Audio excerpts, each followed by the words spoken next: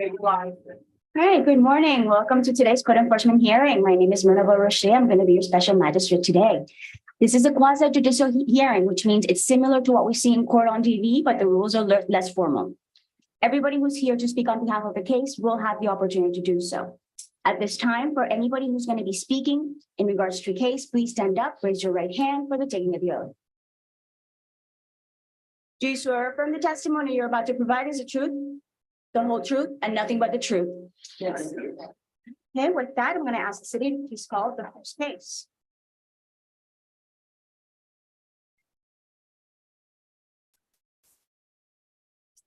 Okay, we're going to go to page 29 of the agenda, item 101. Case number 22-1992, property address of 628 South L Street. Property owner is Carmencita Asias and Jean Baptiste, Officer Turek. What's the number of the agenda? Page 29, number 101. 101.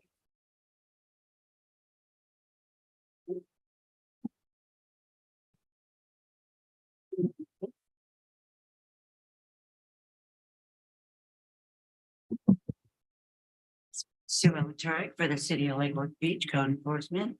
This is a repeat case, 1922. Jean Baptiste Odell and Carmencita Asias. Address is 674 Little Palm Lane in Boca Raton. The property location is 628 South L Street. Case was initiated on 11/21/22. The attached violations are as follows. 2-75.62. This is the repeat violation to apply for a permit and contact a plumber to repair the sewage spill. 23.4-4 is not a repeat, and that is to repair the broken fence. If replacing more than 16 feet, a permit is required. She has a permit in plan review for both permits at this time. The property was posted on 1/18/23. The property was re-inspected 1/18 and 1/25/23. Photographs have been taken. I've had personal contact with the owner. The recommendation of time on the repeat is $250 per day. And the bios started as of January 9th until most of the violations complied on 1/24/23. With a fine of 100, excuse me. And then the other violations, I'm giving 90 days to comply. Those are the permits for April 26th, 2023. And the plumbing one is until complied. That's the repeat. And the admin cost of $425.29 to also be paid by April 26th, 2023. All right, do we have somebody here? Please state your name and. Hi, good morning. My name is Carmencita Asias, and I am co-owner of 628 South L Street. My husband is the other co-owner. He's not here today. What I want to say is that I have multiple properties in Lake Worth. I have 3. One we recently sold, but as you can see, I am somebody who wants to comply with the city's demand. I hate being in this kind of situation. I don't want to create any trouble, and I make sure that I'm in compliance. I have emails dated back from 2016 with the city. When there is any issues, I make sure that I'm on top of them. I've been in correspondence with Ms. Yolanda Robinson for a few issues that I've had in the past. And anyway, what I want to focus on is the fact that some of those violations, violations related to picking up of trash and all those things. Those are rental properties, and I talked to my tenants, to ensure that they put those things where they need to put them. I live in Boca, I try my best to, visit the property when I can. They don't speak English well, so it's really hard to communicate with them. So this is nothing intentional here. It's just that they do what they want to do, and this is something I'm dealing with, and hopefully we'll resolve this situation with the tenants. When it comes to the should I talk about the business license? No. It's Yeah, it's complied with the business license. Okay. The issue with the plumbing, when it was brought up to my attention that we needed a license to have that done, I have a maintenance guy, and there was an issue, he fixed it. I didn't know that I needed a license. So when she did the inspection and she told us that we need a license, it was, in November during holiday, and we had some issues with fighting somebody. The person we found was a general contractor, and I didn't know that I needed actually somebody who had a license, a plumber, a licensed plumber. So we had somebody who actually contacted you, and then the person already put the application, and we found out that it wasn't proper. We needed a licensed person. And when I got the licensed person, immediately he got into it. That was about a week and a half ago. He got into it, and we now have the license. we have the application in for the license. So we are taking care of that. And I already spent $2,500 to try to have this fixed. For the fence, I didn't know, I wasn't sure about the license, but I did whatever I could. Now we are working on having the fence replaced, okay? And that costs a lot of money as well. The landscaping we are doing, we are in compliance. Certain things, it's just that, like the grass, you'll plant grass and then it will die. So, or, things grow on the fence. So it's just, little things that sometimes you just don't have control over, and we are being cited for. But like I said, we are on top of them, and we are doing our best to have those things taken care of. I am already in the red. We already spent over, $8,000, to build a new fence, to be in compliance with the sewage situation, money that we didn't have. And, how things are right now with inflation, it's really hard for us. So, in view of the fact that we are trying to do everything that we can to comply with your demands, putting a fine, I don't think it's fair. And I'm asking for you not to impose this fine, because we are doing everything that we can, and we just cannot afford those fines. So that's all. I hope that you take into consideration what I said this morning, and to please not impose those fines, because like I said, we cannot afford them. And in this situation where we are trying to be in compliance and have a history of complying with the city, I just think, you should consider that and not impose those fines. Thank you. The first thing that the code officer said that it was a repeat, that there was a repeat violation of getting work done without a permit. That means that there was at least one prior instance in which there was work without a permit. And she actually was very nice, because she only attached it to the plumbing portion of it. Technically, it's a violation of Florida Building Code 105, as not just to the plumbing one, but also in regards to the fence. So she's actually being very generous, that she's tagging you only on the repeat on the sewage one. Yeah, and I understand that. On the money that you've expended and that you can afford it, this is the cost of doing business. You from the get-go said you have several properties in the city. You're making money out of those properties. So for you to come here and tell me not to fine you for something that you did, especially when it's a repeat, for violations such as the not pulling a permit, which by the way, it's not a license, it's a permit that you needed. It's very concerning, because even when we have a homeowner that has a repeat, I don't do a lot of much leniency, especially because they've already been through it before. But when I have a landlord coming in here and telling me, I spent so much money, That's the cost of doing business. And clearly, there was work done trying to deviate and save money for whatever No. reason of the permit or for whatever it is. No. So Mhm. I honestly No. think that the court officer was very generous in only setting you for the repeat on the one, not on the two. No, I mean, and I've take her for, what she's been doing. There has been a lot of misunderstanding, even with this case, with prior cases, and I have the email history where I asked for clarification.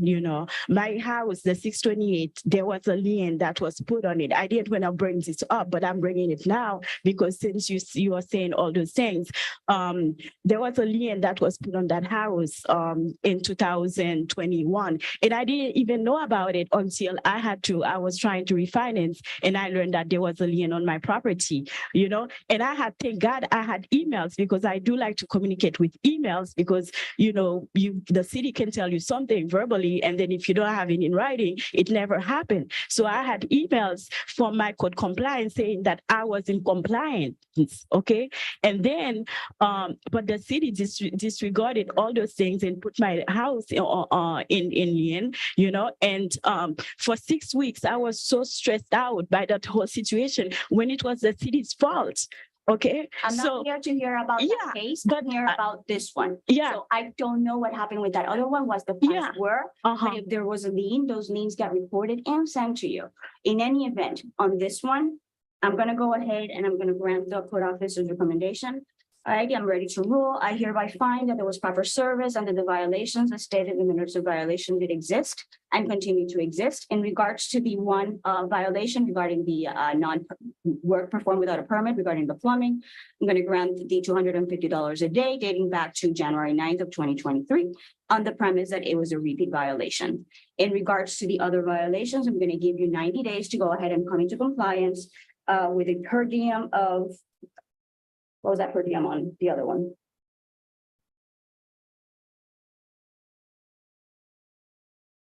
Did you have a per diem? I think it was 100. I'm sorry. The per diem for the, not in compliance with 90 days? Oh, that. Yes, 100. $100 per day. So if you fail to comply by, within that 90-day period, it's going to be $100 a day until the violations are corrected.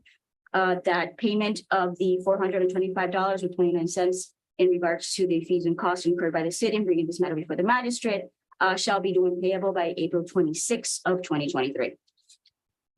Okay. Thank you. Next case. Okay, next we're going to go to page 6 of the agenda, item number 20, case number 18-3603. This is a public request for a lien reduction at 808 Wright Drive. Property owner is Wilfredo Meradiaga, Officer Turek. You have the form that they sign, right? That way I can talk on his behalf. Or Wilfredo. Oh, They have it? Okay. Sue Ella Turek for the city of Lake Worth Beach, previously sworn. This case is 18-3603. Property address is 808 Wright Drive. The owner is in compliance of 2-69.3, 2-69.3.1. He had a total lien of $210,400. He had receipts for a fence of $4,975, which brings the total to $205,000 and $205,425. And the with the reduction, I have had total lien owed of $20,543 to be paid by February 27th, February 27th, 2023. Hi, good morning. My name is Jesus. I'm talking on behalf of Mr. Wilfredo. They find out about this issue. I think when Mr. Bobby went to the property and he put another code violation for the numbers not being on the property and for the grass, and we comply. And that's how we find out about this issue. And, when Maria called me, she called me back in last year. I think it was around April, May, when they saw the sticker that it was on the door. So, and that's how we find out about this case. So what they want me to do is, we have complied so far as of right now. Just asking for, for an extension to pay the fine and a fee reduction, for due to hardship that they're going through right now. Cindy Castro, the one that I was helping with the case, which is Maradiaga's stepdaughter, she just passed away on today's 7th month on June. She passed away on June 26th of last year. So, that's why, and I've been helping them, and they spent over $23,000 so far, for the funeral costs. And I want to know if we can, do like a fee reduction. I got the receipt in here. I don't know if you want to see them, the death certificate. Is this a tenant?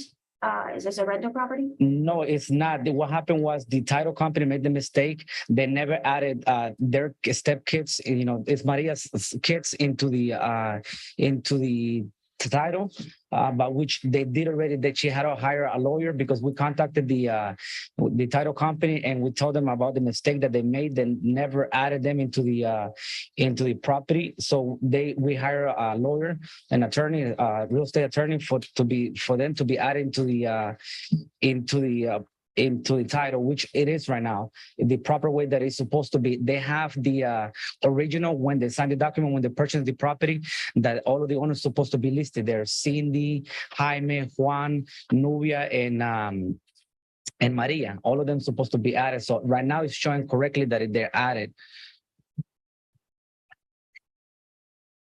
I don't know if I have the property appraisal. I have a copy of the. Oh, okay. The Okay. Yeah. So I'm just trying to see if you can do like a free reduction and maybe extend it, because, I have the receipt that spent over $23,000. Unfortunately, Cindy passed away, on a car accident last year on June 26th.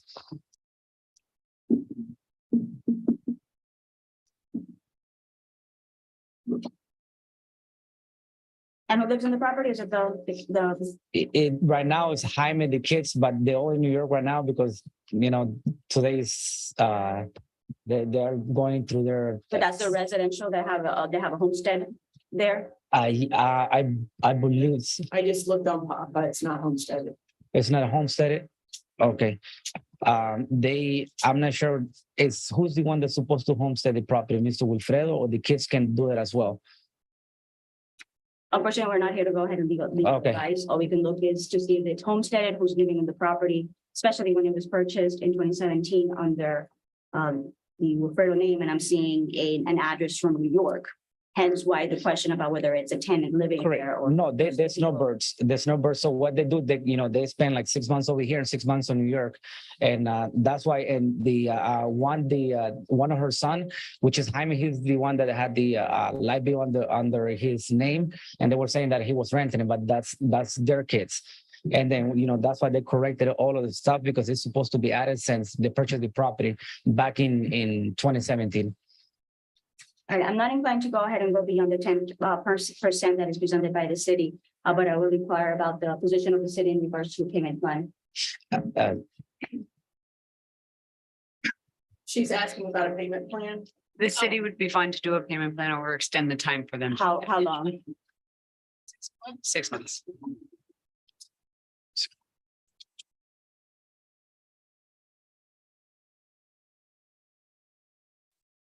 All right, I hereby find that the lien reduction from the $205,000 to $425 will be reduced to the 10% amount of $20,543 based on the circumstances presented by the owner's representative. That will be due and payable within 6 months, which is That would be June. June.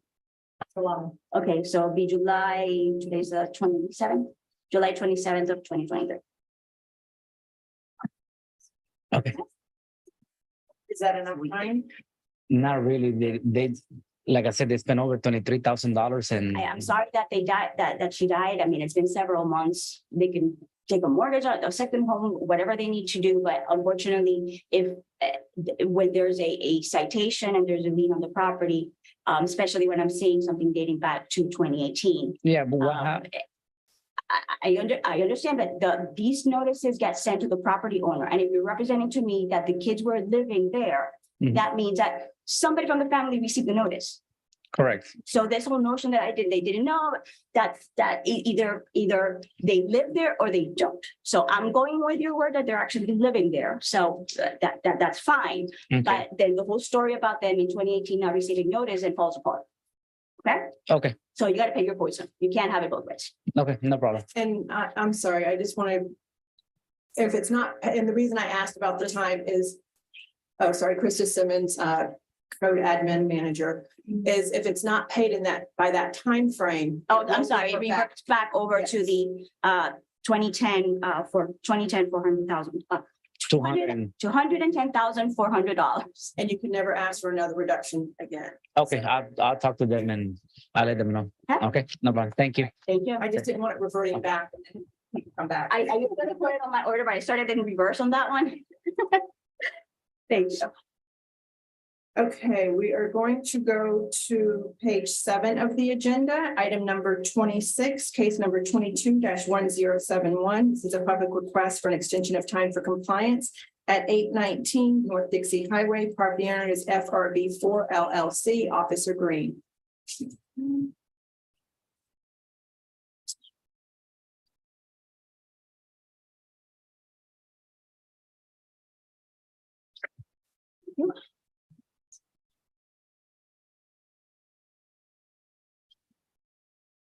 Code Officer Charles Green. Property locations 819 North Dixie Highway. This case was at the case was at hearing on 10, I think 10/18. No, I'm sorry. 11/17 of 2022. The property owner is asking for an extension. She have applied majority of all the violations, but she have the dumpster enclosure permit that's still existing on violation. Was the dumpster, the enclosure, was it applied, the permit applied for already? Yes, What's the hold? it's in plan review. Okay. Has it been plan review for a long time? In other words, what's the hold up to try to gauge how much time they would need? The permit, Oh.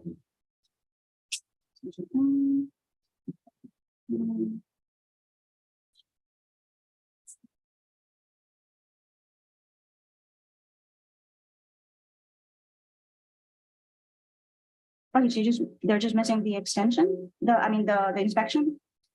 yes. Well, No, it wasn't built yet. The tenants actually built their own. I'm sorry, could you say your name? No, you're fine. Go ahead and say your name so we know who you are. I'm Gail Bernheim. I'm the owner. Okay. The people actually thought that they could build their own enclosure.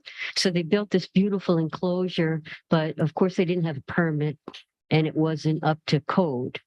So we had to find somebody who would take down that enclosure and build a new enclosure. And I didn't, and then I had to get a survey. I didn't realize I had to get a survey. So everything took a little longer than expected. And where are you at on correcting the? I have a person, We have the the building officer right there. Let me see. Peter Ringo with the City of Lake Worth Beach Building Department. The dumpster enclosure submittal was complete January 11th. Okay. And it is currently in review in zoning. Okay, about how long would it seal? It takes 3 to 4 weeks to get through zoning, Okay, so they're on their second week. so if we do 30 days, it should be soup to nuts getting it Give it through. 60 just in case there's a problem with the submittal. That way they have another 30 days for the review. you're in planning and zoning? I work building He's a building. Can I ask a question? Is that, after. Afterwards. So we're just in the, is the court officer in agreement with that 60-day? Okay. I believe it's And she's being quiet. It sounds like she's being cooperative and taking care of everything, but yes, ma'am. trying so hard. All right, I hereby find that there was proper notice and that the homeowner has been diligent in addressing as many of the violations as they could, that the dumpster one is pending. and is currently in zoning review. And as such, I'm going to go ahead and grant the request for the extension and grant the the property owner, an additional 60 days And they're to fine. come into compliance. The fine stays. There's a stay on the fine, so that way you can go ahead and complete it without assessing the fines. I'm sorry. So because I'm extending your timeframes, you don't, the fines, they stay. So anything, if you accrued any fines between, with a gap, it just sits there. You're not going to get any more fines within that 60-day period. So there's no fines accruing. But I have to pay the other fines? Well, we'll address that at the end. Once you come into compliance, then that will go ahead and get taken care of. And then I come back? I don't know. I don't know how much fines, if any, have accrued today. Oh, okay. Because I don't know what the previous I don't have the previous compliance date and how much time has passed. But if there's any fines, then you'll come before me again, or it'll get addressed by code. Okay. Okay, thank you so All right. much. But for your purposes, you've got 60 days. There's going to be no fines adding up during that 60 Okay, period. Okay. thank you so much. No, don't leave, you have your other one. So next, we're on page 8, item 27, case number 22-1075. This is a public request for an extension of time for compliance at 821 North Dixie Highway. Property owner is FRB4 LLC, Officer Green. Oh, that's being, You still need to register to request extension. sorry. Okay, Code Officer Charles Green. Property locations 821 North Dixie Highway. This case was at hearing at November 17 of 2022.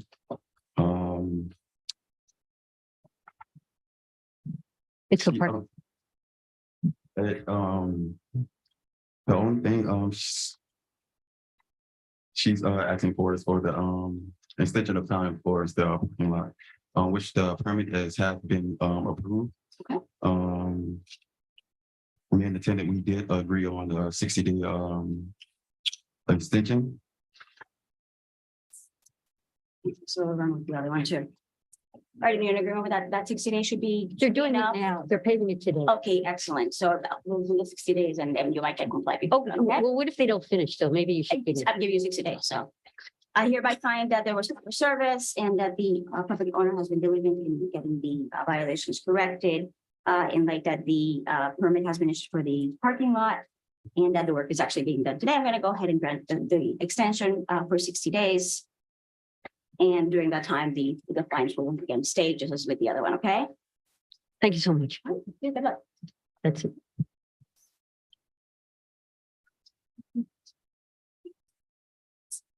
I'll explain it to you. Item 20, we're on page 8, item 28, case number 22-1119. This is a public request for an extension of time for compliance at 216 Wesley Drive. Property owner is Thomas F. Lemire, Code Supervisor Hicks. Morning. Good morning, it's Bob Hicks, City of Lake Worth Beach. This property was brought to the hearing on 11/17/22. The case was initiated on 7/29/22 for a business license and inspection. During the inspection, the officer noticed there was artificial turf in the backyard, which failed the inspection. So the property came to the magistrate hearing. The magistrate gave until February 16th of 2023 or paid fines of $75 per day. As of January 11, 2023, the city has been instructed to give 90 days for the commission to look at the ordinance. Okay. So the owner's here to ask for an extension of time. All right. Go ahead, state your name. Thomas Lemire, 216 Wellesley Drive. Let's see. All right, it sounds like, have you spoken with the city in regards to the? Yes, ma'am. 90 days? Okay. So my request here today is I have to wait for a workshop to be done for the commission to see what the ruling is going to be if I need to do anything. So my request today is 6 months after that workshop to, if anything I have to change, to come up with a plan to change whatever I have to change. If they rule to change anything for the code, then I'm good to go. Do we have a date for when that ordinance coming into review? There's no date on it? Special Magistrate Yes. Ilana Robinson, City of Lake Worth Beach. We agreed to 6 months from today, not 6 months after the workshop, because we do not know Correct. when the And that's- workshop would occur. So basically, my prediction right now is that they're saying 6 months, so we'll probably do the 6 months and then you can just watch at 6 months. If you start getting close to it and it hasn't happened, come back. and we'll go ahead and address another extension because, I mean, I understand you're kind of the mercy of what the city decides on that. And then at that point in time, we can address, okay, there's a change, he has to do something, or there's no change, we're done. Kind of a situation. So is it 6 months from today or what we spoke about in your office from 6 months from February 17th? 6 months from today. From today. So the idea is to go ahead and just basically buy you time until the city decides how they want to proceed. But that's why my recommendation for you is to go ahead and watch that time frame. That way, if at month 5 you haven't heard anything from the city, go ahead and get back on the agenda. Come back to me and say, hey, listen, I haven't heard anything. I don't know if the workshop has happened. I need resolution. So, and at that point in time, we can go ahead and do another extension. Hopefully by then the workshop has happened, or if there is a date that we can work with. But just to go ahead and address your concern, because I understand that you're 6 months, so I have to do everything within 6 months. No. At the point that the workshop has happened, the idea would be that if you haven't been able to, let's say, for example, I give you 6 months and in 3 months, they decide, yeah, he's got to do work. Well, you still have 3 months. Right. But let's say, for example, it happens at month 5 and you're like, oh my God, I have to do all this work. Come back. Right. Because at that point in time, you're not psychic. You don't know what they're going to rule. So I'm going to take that into consideration. Say, yeah, listen, he needs time. Let's go ahead and extend it more. I know that you can't see every specific case, but in my case, I have a pool coping and then turf. So that means I have to get a survey and then if it happens at 3 months, I'm not gonna be able to get it done in 3 months because of pool companies and all that. So I would come back and request more. Exactly. Yeah, no, All right. You're fine to go ahead and come back. Your situation is very different than in a lot of other circumstances. Sure. Because again, not even the city knows where that's going to fall. Understood.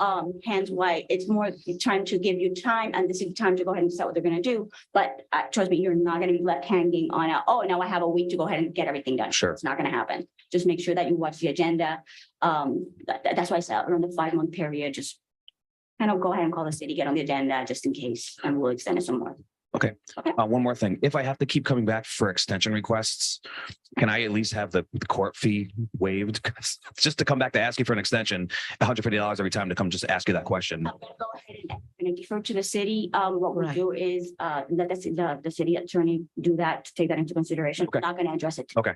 I'm just gonna give you the extension. Sounds I'm not great. touching that today, okay? Okay. Reaching. All right. So I hereby find that there's proper service, I'm hereby find that the property owner has presented a good cause for the extension. And as such, I'm gonna go ahead and grant the 6 months from today.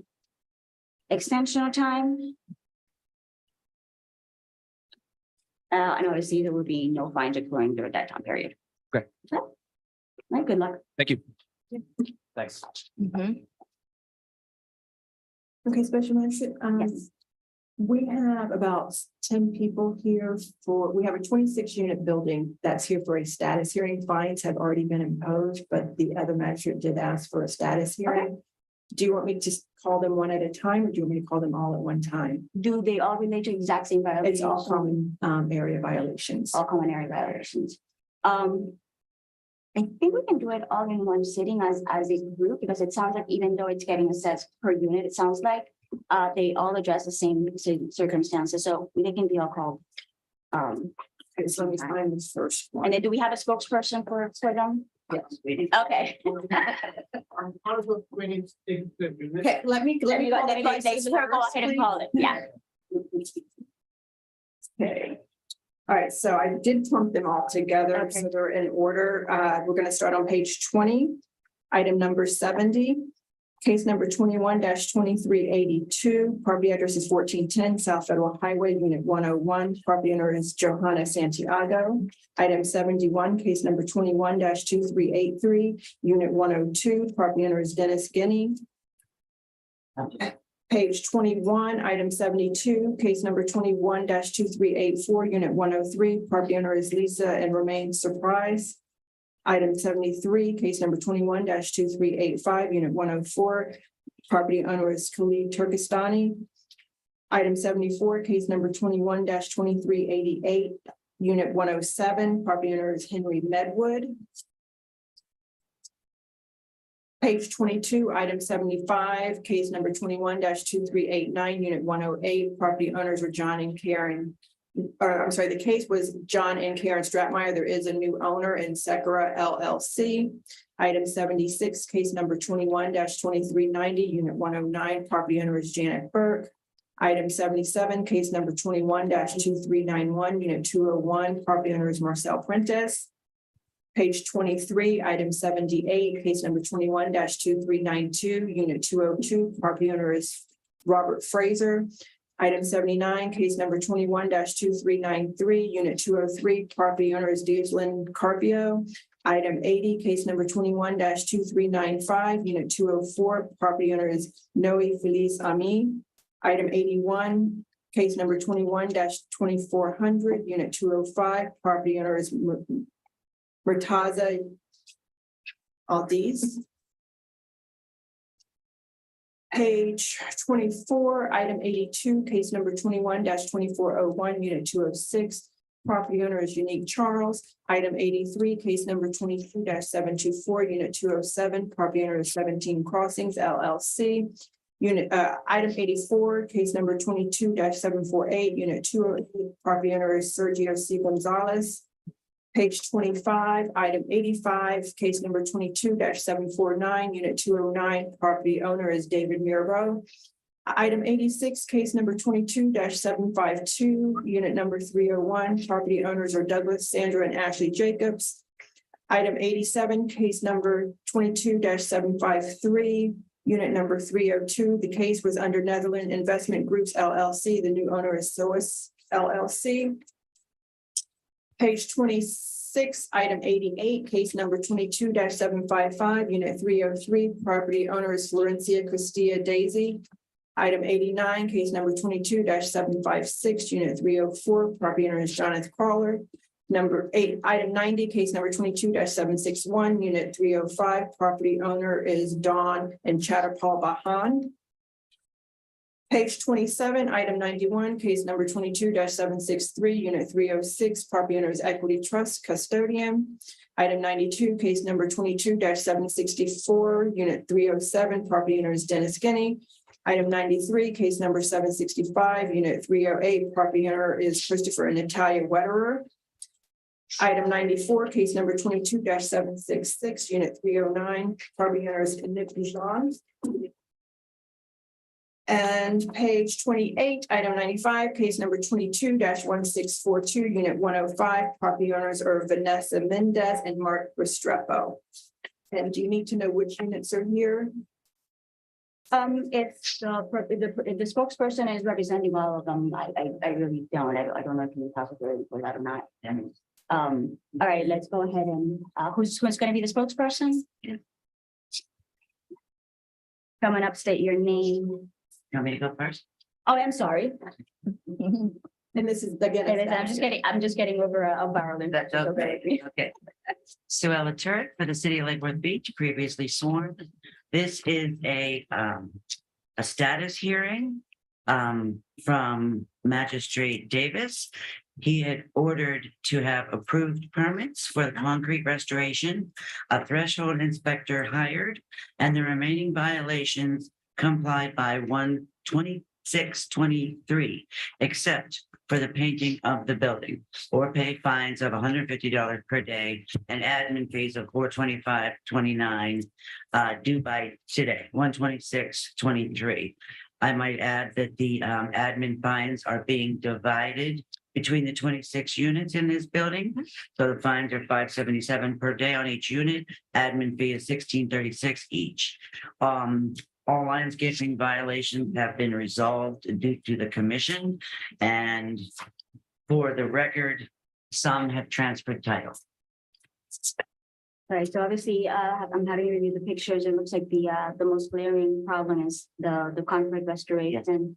I'm glad to hear that there was a threshold engineer hired. Has there been, do you know if there's been a structural No permits on file yet, and I don't know if there has been that contractor hired yet. That would be, there's no permits in the system as of today. how extensive is the concrete? Mr. Ringo? Peter Ringel, building official with the city of Lake Worth Beach. The reason this case was started is I received a report from the threshold inspector back in 2021. The concrete work was needed on this building and they have not addressed it. Yeah, I mean, again, I'm looking at the pictures and I'm like, oh my God, could that be a safety issue? It is safety issue. As you know, the legislature has done the building recertification program. They have not registered as is required by the state statute for the building recertification and notifying the state of the required information. So they're delinquent in that as well, which there will be a notice going out for. Okay. All right, let me go ahead and hear from the property owners. Who's going to be the spokesperson? Yeah, my name is Dennis Fanny. I'm the president of the association. We had some issues with the previous management company, significant issues. And when we found out about this, we did everything to expedite it, to do it as quickly as possible. We had an arrangement with a company called Promar, and we agreed on the amount that they were going to charge us. And the only thing they had to do was write up the contract. 2 weeks went by. We didn't get any contract. I called them up, said they're working on it.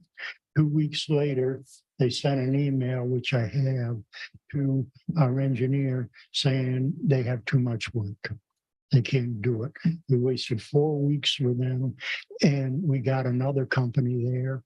And we've signed a contract with them. And I went to them the other day, a couple of days ago, and says, what can you give me that I can show the city that we're working on it? And he handed me. All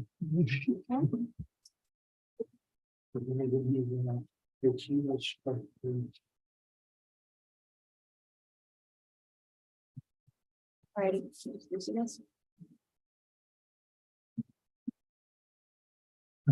So according to the contractor, they've applied already for the permit? Yes, ma'am. I mean, they were able to go ahead and engineering documents. Oh, yes, we've had the engineering report done. What about the engineering documents? You're gonna probably need plans and submitted Yes, for they've plan done. review and. The engineers went over with the contractors.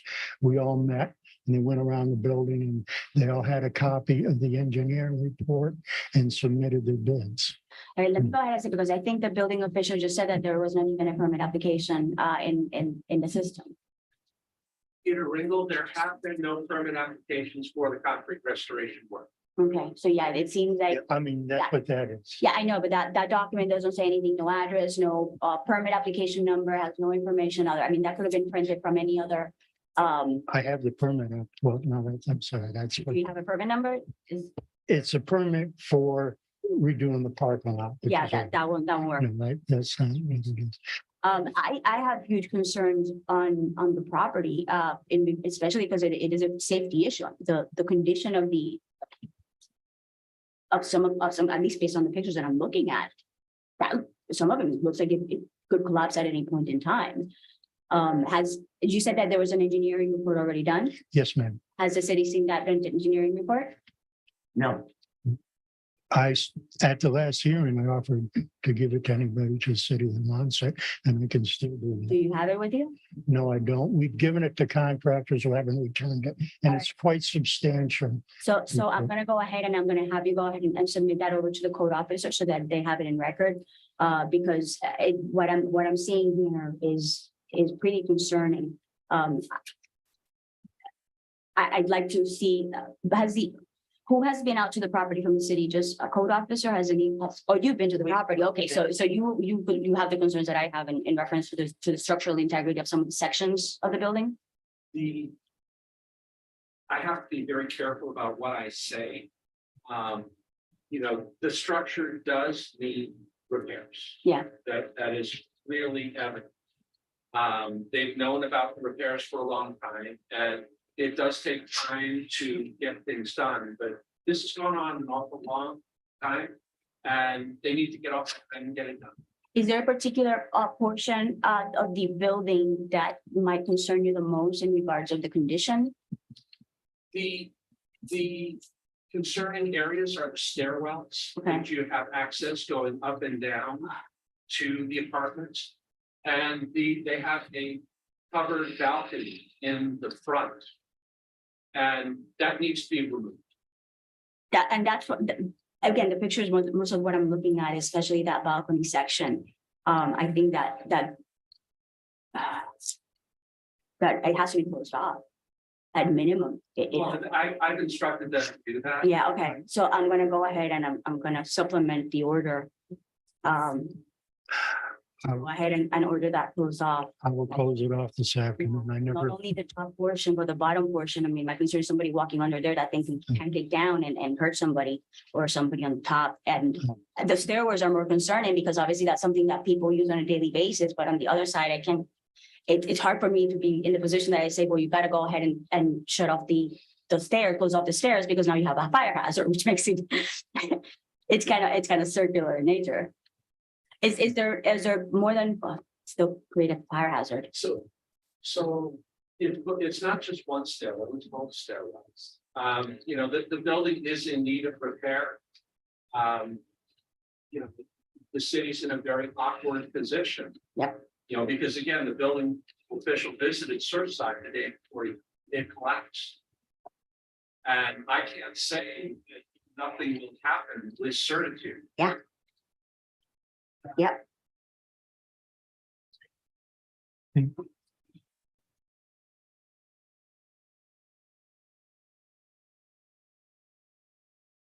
Does the city have a safe structures division? Yes, the city does have an unsafe structure. We have used that in the past. I'm worried about it. I have the same concerns that you have. I mean.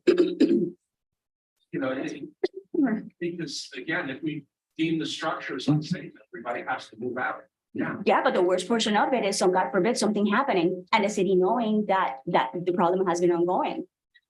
So that's even a bigger concern because now we're talking about potentially lives. Yeah. Can this get referred over to unsafe structure to at least take a look at it? I've been out. For the record, the front patio is, clearly unsafe. Yeah, that one definitely today, I'm supplementing the order for that to be locked off the top and bottom. As far as the stairwells go, I don't believe they're in imminent concern of collapsing. Okay. This is a lot for maintenance. And I agree that the Yes. more concerning pictures were the ones relating to that balcony on the top and pushy section.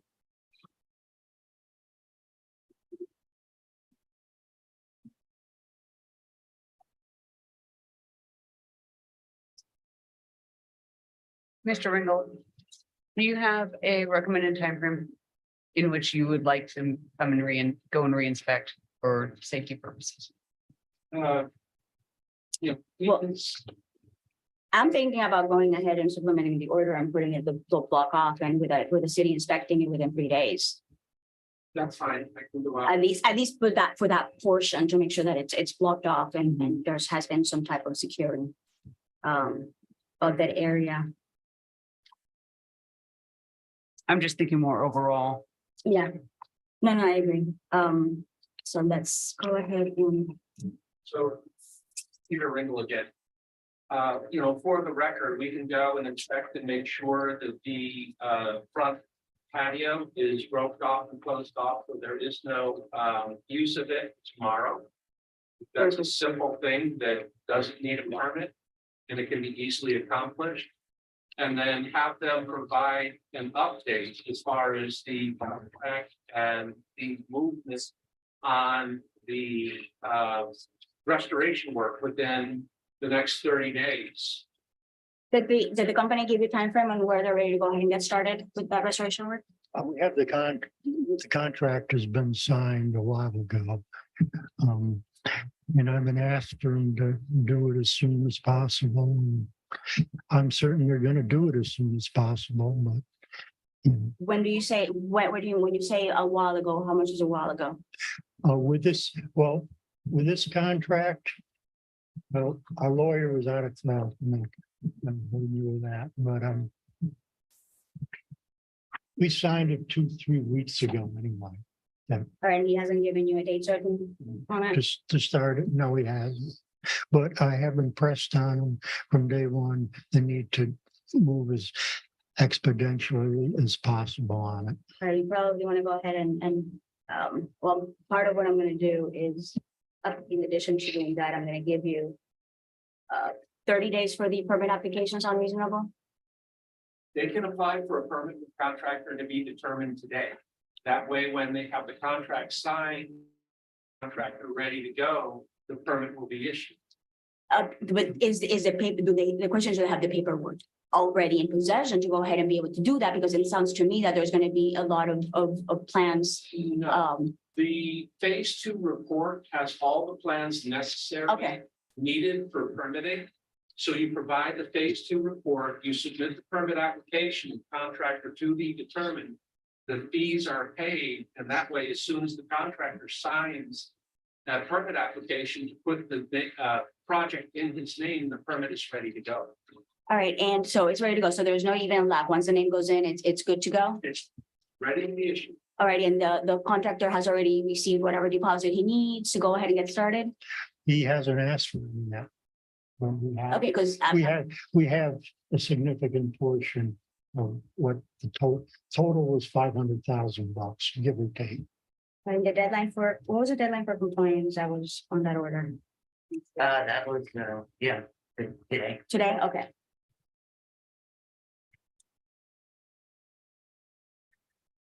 Just to say we've done everything humanly possible and as exponentially as possible.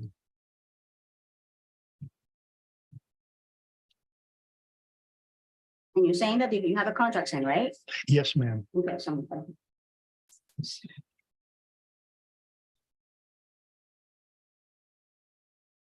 And the only thing pending right now is just a structural portion, right? Everything else is taken care of. There were other violations, trash and debris, 1218, the dumpster enclosure, 1217. There's trash and debris around the dumpster. They keep repairing it, and it keeps, I don't know, popping off, like some of the boards popping off. As of today, it's just trash around it, trash and debris around it. 2-75.6.2, clean and repaint the entire building, which was not have to be enforced until after Correct. the contract and the building repair. Repair all torn screens. The gutters, damaged gutters and downspouts have complied. Remove all trash and debris from the entire property and keep clean. Repaint all walkways and stairs. General requirements under the 275.6.2 is the one Peter stated, and that's the obtain permits for structural concrete restoration, exterior structural repairs need to be done pursuant to engineering report on file, threshold inspector to oversee all the work. All right, so we have the pending and the track job that is from the prior order that could have been done but hasn't been done. Sounds like trash on the screens. Yes, ma'am. Okay. Can I So with the screens, was that just like window screens? It's the patio screen Oh, the on patio all the screens. patios. All of them? Well, if they're torn, they can be removed or replaced. That would apply. And Correct. torn screens. could I address that, please? Go ahead.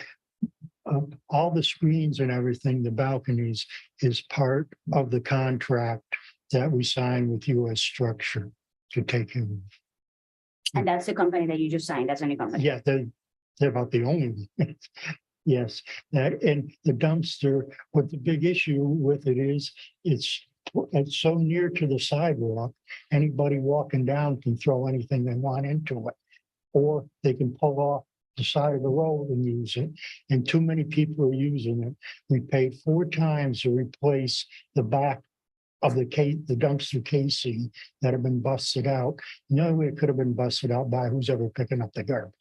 I mean, you can't move the thing. When they left it too far out, 4 of us tried to push it back, and it took, and they're all younger than me. So it took quite a bit of effort just to get it back inside the casing. All right, so probably you're gonna have to have a trash patrol person that just walks around and monitors that, or cameras. I mean, And we you do, can go ahead and see who the. we want to get a camera because everybody's using it.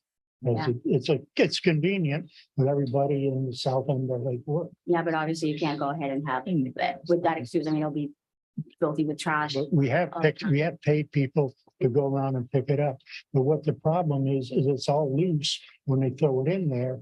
And as soon as somebody leaves the door open or the wind comes, it's all over the place again. We got to pay somebody else to go out and pick it up.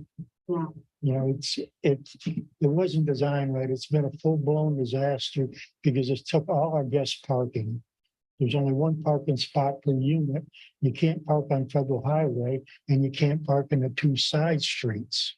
So it's created a lot of problems. Well, all right, so with my information right now, I'm not gonna touch the screens and the trash. I'm gonna let that sit. If there's expired today, then so the fines are gonna start accruing on those too. Madam Magistrate, there was one other violation. Okay. Some of yes. the units are rentals, and I have cited the appropriate units for Lakewood business license and inspections. All right, so in those, we have to go ahead and handle those separately. I mean, I don't know how the other magistrate. did They're it, all 'cause the same. He just, you know, But some of them, sounds like some of them are homeowners, some are Right. homeowners and so it wouldn't apply to everybody. are rentals. Excuse me, So, but it wouldn't apply to everybody though. That's my concern. do you want me to just read the ones that applies to? Let's go ahead and, yeah, go ahead, let's go Because through all that. violations are exactly the same except for. Because I don't want to go ahead and want to make sure that the ones that need the license have that in their order. Now, that was part of the magistrate's prior order though, right? Yeah, So those would have been, and those would have had an expiration date of today. yes, So in terms of that, I'm gonna just let the same thing with the other ones. I'm just gonna let it sit. If there's fines occurring on that, then so be it. and they're very minimal to find. Yes, go ahead. Say your name. Say your name. Good morning. My name is Murtaza Aldez, and I'm one of the unit owners. Just Ms. Trek just mentioned that we need a license, which is I pay my license fee. They already cash it, and I communicate with her. Then last time that was before the last meeting. I believe it was July 28th.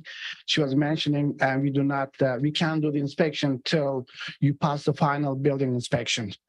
So that was the reason I couldn't really get back to her because I believe it was an email too. Yeah, So I was waiting for you to complete the whole building inspection, then we can go through for unit inspection.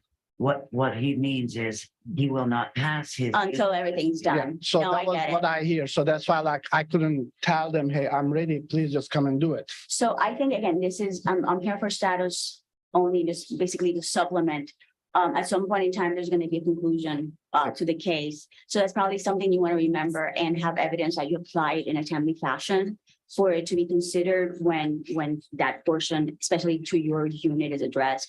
Because again, if I was the one addressing that, I'd say, well, he applied for it, he complied with the time frame, and he did what he could, everything else out of his hands. Yeah.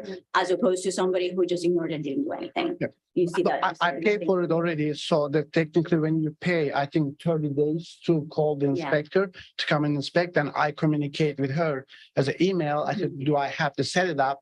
She said, just wait till the Yeah. building final inspection pass through, otherwise there's no needed. Yeah, So I that's can't why. tell you who the person, if it's gonna be the other magistrate addressing that when it comes to fruition, but I can tell you if it comes to me, that's something that I would definitely take into consideration, say, well, he applied, he did what he could, everything was out of his control, so I'm not gonna tag you for something you had no control over. But again, I can't promise you what the other magistrate is gonna do in regards. in regards Madam to that, Magistrate, okay? if we could have Officer Turk look at one of the orders that included that, I believe that He those might have orders addressed it already. are consistent with the painting that has to happen after Got it, the other okay. work is done. So let's go ahead That's my and- recollection. So what I should do in my case to call inspector today? So, no, so for purposes of today, I'm just gonna let them sit, the ones that have Okay. the inspection. Like I said, at some point in time, this is Yes. gonna come to conclusion and that will have to be addressed. So in your situation, if you have the application, you have the defense that I applied, I just couldn't get the inspections because of this, and you have evidence that you applied in a timely fashion. Yes, I already get what they call this, I'm not sure, the permit or certificate I received from city after I paid for it. The license? Yes, Yeah, then for next step, just for You would need the inspection. Inspections, that's Yeah. the next step. Yeah. Correct, and what she's done. Yes, okay. So you're good on that. So what does the order have? Here's, Thank you.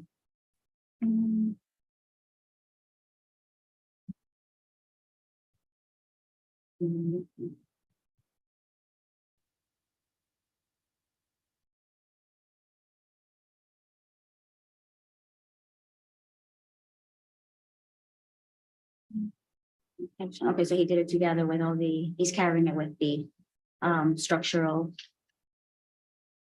and the paint portion.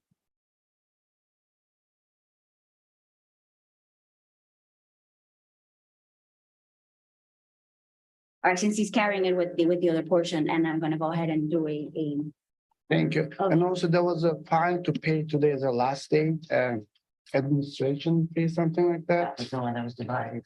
oh, okay. $16.36. Yeah, that was the one that was getting prorated for between all the units. So today is the That's- last day to pay. That's, yeah, according to, because today was the deadline for everything. Okay, Yeah, it's technically to do today. Admin fee 1636, you're so correct. I'm gonna go from here to pay that one, because I called them, they said they didn't take by the phone. They said, Correct, you have to go in. We'll do it. Building officer, do you want to go out tomorrow, or do you want to give them 48 hours to rope it off? I mean, it's pretty simple. You just gotta go to Home Depot tomorrow, so inspection by tomorrow. They have 24 hours. All right. Alrighty, in this case, having come to me on status, as a status hearing, I'm gonna go ahead and I'm gonna supplement the order. I'm gonna grant an extension only in regards to the concrete restoration and the painting. Yeah, and BTR, everything that goes in conjunction with that. I'm gonna order the permit application for the concrete to be done within 30 days.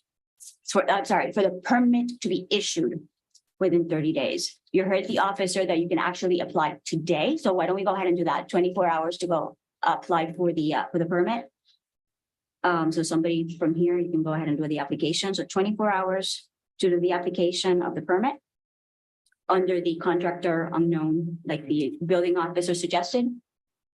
To be determined. I can give. Yeah, to be- Part if you have any questions. Yeah, to be determined. So speak to the building officer just to make sure that you guys get the permit running. That should be pretty straightforward to go ahead and submit. 24 hours to go ahead and do the application for the building permit for the concrete restoration.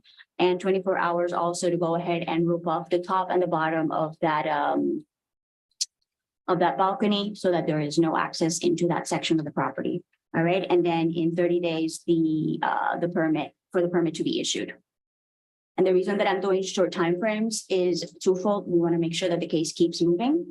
And the other reason for it is that might actually give the contractor the push that he needs to go ahead and give you a date on when he's going to start. Because right now it seems like he's dragging you along. He's got a contract. And we have no date certain on when it's going to happen. Next thing we know, it's another year and you keep coming back over here. Oh, he hasn't started. I don't know what to do. So when you get that order, go to your contractor and say, hey, listen, we need this done ASAP. Okay, you have a contract already done. I'm not here to give you legal advice, but of course, there's going to be legal consequences. There could be legal consequences in terms of that contract if they don't go ahead and get things running, especially when you guys are going to start getting fined if he doesn't get moving. Okay, because again, I'm concerned about the security, the safety aspect of this.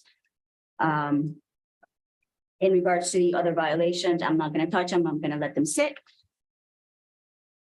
And those, there's fines going on those. Do you want to have a deadline out for compliance with the painting and the, That one's those are gonna carry with the building restoration. So we'll have the permit issue within 30 days. That concrete restoration is probably gonna take about 5-6 months, if I had to guess. You could do it like within 30 days of the final inspection on that work or something like that. No, because then if there's no final inspection, it lags and it kind of like keeps moving together. So what we'll do is we'll give it totality for the work to be completed in its entirety, 6 months. And so that goes for the concrete restoration, for the painting. And obviously, after the painting, we address the business licenses and all the other tangential things. But the important thing is going to be that 30 days to go ahead and get those permit issued. And I'm being actually pretty generous with the So those 6 for, months. For the our balconies that require to remove all of them, or just some certain has like a damage that, the screened ones, you might want to go ahead and talk to the court officer specifically as to if there are certain ones that need to be addressed. Anyone torn, ripped, just remember. So, I'm nothing All more the than that. screens are going to be redone with the concrete restoration work, because they'll have to take them out in order to perform the work. all right, so we're gonna go ahead and then tie it to the concrete restoration. Okay, so we'll tie the screens also with the concrete restoration. So there's no time frame till, No time, yeah. Well, there is a time frame. I'm Yes, giving 6 on months that, to go yeah. ahead and get everything done. Yeah. But the push is gonna be for you to get that in 30 days, get that permit done. And everything taken care of within 6 months. I'm also gonna go ahead and I guess 24 hours to do the blocking of the top and the bottom of the balcony. And go ahead and send that report over to the code officer, the engineer's report, because they haven't seen it. I'm gonna also put it in. I can't proceed on that one, the 24 hours. I suggest that you go ahead and just send that over to them so they have it. I think that's it, right? 24 hours? I believe so. Yeah, 30 days to have the permit issued, which would that be the 27th, February 27th? Is that a good date on like a Monday through Friday, I believe? Okay, Okay, so the 30 days would be February 27th, 24 hours to block it off. tomorrow this time. Total work done in 6 months. I guess that's Yeah, I think we got June 27th, July. July 27th. Okay, thank you. All right, do we want to do a status conference and maybe 3 months after that, that halfway point, see where they're at? No, You just want to go ahead and let it die at the 6 months? Yes. no. So, okay. I'm fine with that. And the reason I'm giving 6 months, I think is pretty generous on it. I think at 6 months, if you're not done. I mean, in the same fashion I said, if it was coming to me, this is what I would do. I would tell you if the 6 months comes around and you guys are not done, I'm not granting an extension. But again, I don't know if it's gonna be me or if it's gonna be the magistrate. He might roll a different way. I quoted as 4 months to do the job. That's what I'm kind of, I can Hoping, usually run it in my head, what it is. You're gonna have 30 days for the permit. That's gonna eat a month, probably, because he's probably gonna wait till the last minute to go ahead and get that done. So now we are at 5 months. And that gives you another month to go ahead and have any fudge factors of something that can happen. But it is on you to go ahead and make sure that we're gonna give you the order, the piece of paper that you need to go ahead and go to the contractor and say, get moving. Because otherwise we're gonna start getting fined, thank you. okay? thanks again. Thanks again. Thank you.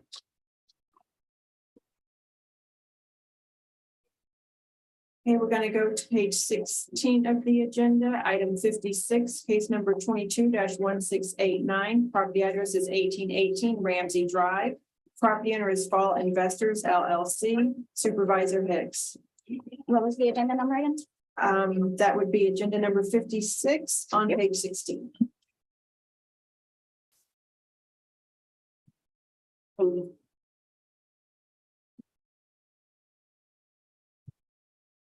Morning, Bobby Hicks, City of Lake Forest Beach, case number 22-1689.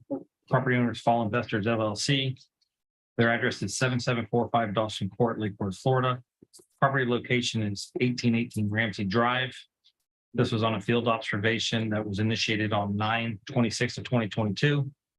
Existing violations are 1218 to remove all garbage, trash, and debris from entire property. Section 14-32 to please apply for a City of Lake Forest Beach business license for Fall Investors LLC. Section 14-35 to schedule and pass a use and occupancy inspection for Fall Investors LLC. Section 2-75.6.2 to paint all unpainted wood on structure, paint all unpainted stucco. Section 23.2-21 permits required for installation of all doors, windows, white PVC fencing, electrical, plumbing, roof, cement work around pillars and rear, water heater, new kitchen, bathrooms, and fascia boards. The property was red tagged by the building department once we found work was being done without permits. Section 23.4-19 to remove all outdoor storage from front yard. Other violations have either been resolved or complied. Formal notice of violation hearing was issued via certified mail on 10/13 of 2022. Came back as returned to sender and posted to property and city hall on 10/14 of 2022. Property was last re-inspected on 1/19 of 2023. Photographs have been taken to show the violation are in file for review. I did have personal contact with the property owner and the property manager. The city's recommendation of time for compliance is April 26th of 2023, for fines of $100 per day, plus the administrative cost of $425.29. Also be paid by April 26th of 2023. The permit are still in plan review. Peter Ringo, building officials, stated the permit should be submitted in the next 3 days. Then they would just need to call and schedule for the use and occupancy inspection. Okay, so all the permits have been submitted and the last one pending would be issued in 3 days. That's what you. Okay. That takes care of that. All the other violations are consistent with the work that's being done under the permits. What about the removal of trash and It's all been done. That's all. that's all done, taken care of, and then, When I was out there, it wasn't. But Okay. tell me, that's all I have to do inspection on. okay. And then the business license, I see that it was. moved. Yeah. All right, say your name and. My name's Alan Bias. Okay. And it sounds like you are moving towards getting this into compliance with the final section being the issuance of the permits. Well, yeah, we've done basically everything now. We're just waiting for the permits to come out. He said the permits are supposed to be done in 3 days. I mean, my hands are tied until the permits come out. And then he's suggesting till April 26th, so that should give you like change your fudge factor to get the permit. and- Well, if I get the permits in 3 days, like he's saying, because we've been working on it since we got the notice, okay? We were trying to do them individually and we were told we had to do them all together. So that's what took all the time. Now, the last one is supposed to be done. Am I correct? Oh, he's not here. I'm sorry. That's okay. He said earlier that like in 3 days we'd have it. Now, I'm gonna ask you a question, and if by no means do you take this, that I'm encouraging you to work without a permit. No, How much of the work is needed to complete? Was it completely done already? no, it's not completely done. Okay. And I didn't do the work. It was a tenant that did the work and that's how I found out about it. Okay. Okay, I have a tenant in there with a lease option to purchase it, and he was supposed to get written notice from me. I can show you the lease option. Never did. I found out about the red tag when they sent the letter to me. And as soon as I got the letter, I mean, excuse my language, it hit the fan, okay? And it's like, I took care of it immediately. I hired a GC. He's been speaking to the GC. The GC's out of town, or the GC would be here instead of me right now. And as soon as that permit comes out, it's going to get done. I mean, 3 months, 4 months. I mean, he said the permits last for 6 months. He just told me. So it will definitely be done in that 6 month Yeah, period. the reason that I'm asking is because I want to make sure that you have enough time from the permit getting issued. That- Oh, let's say, for 6 example, months, 6 months. He Well, said the permit lasts for 6 months. I'm That's what he- suggesting the deadline until like the 26th of 2023, which is not 6 months. That's. okay, but Yes. you just Hence told my me. It's a question. permits approved. Oh, approved. Okay.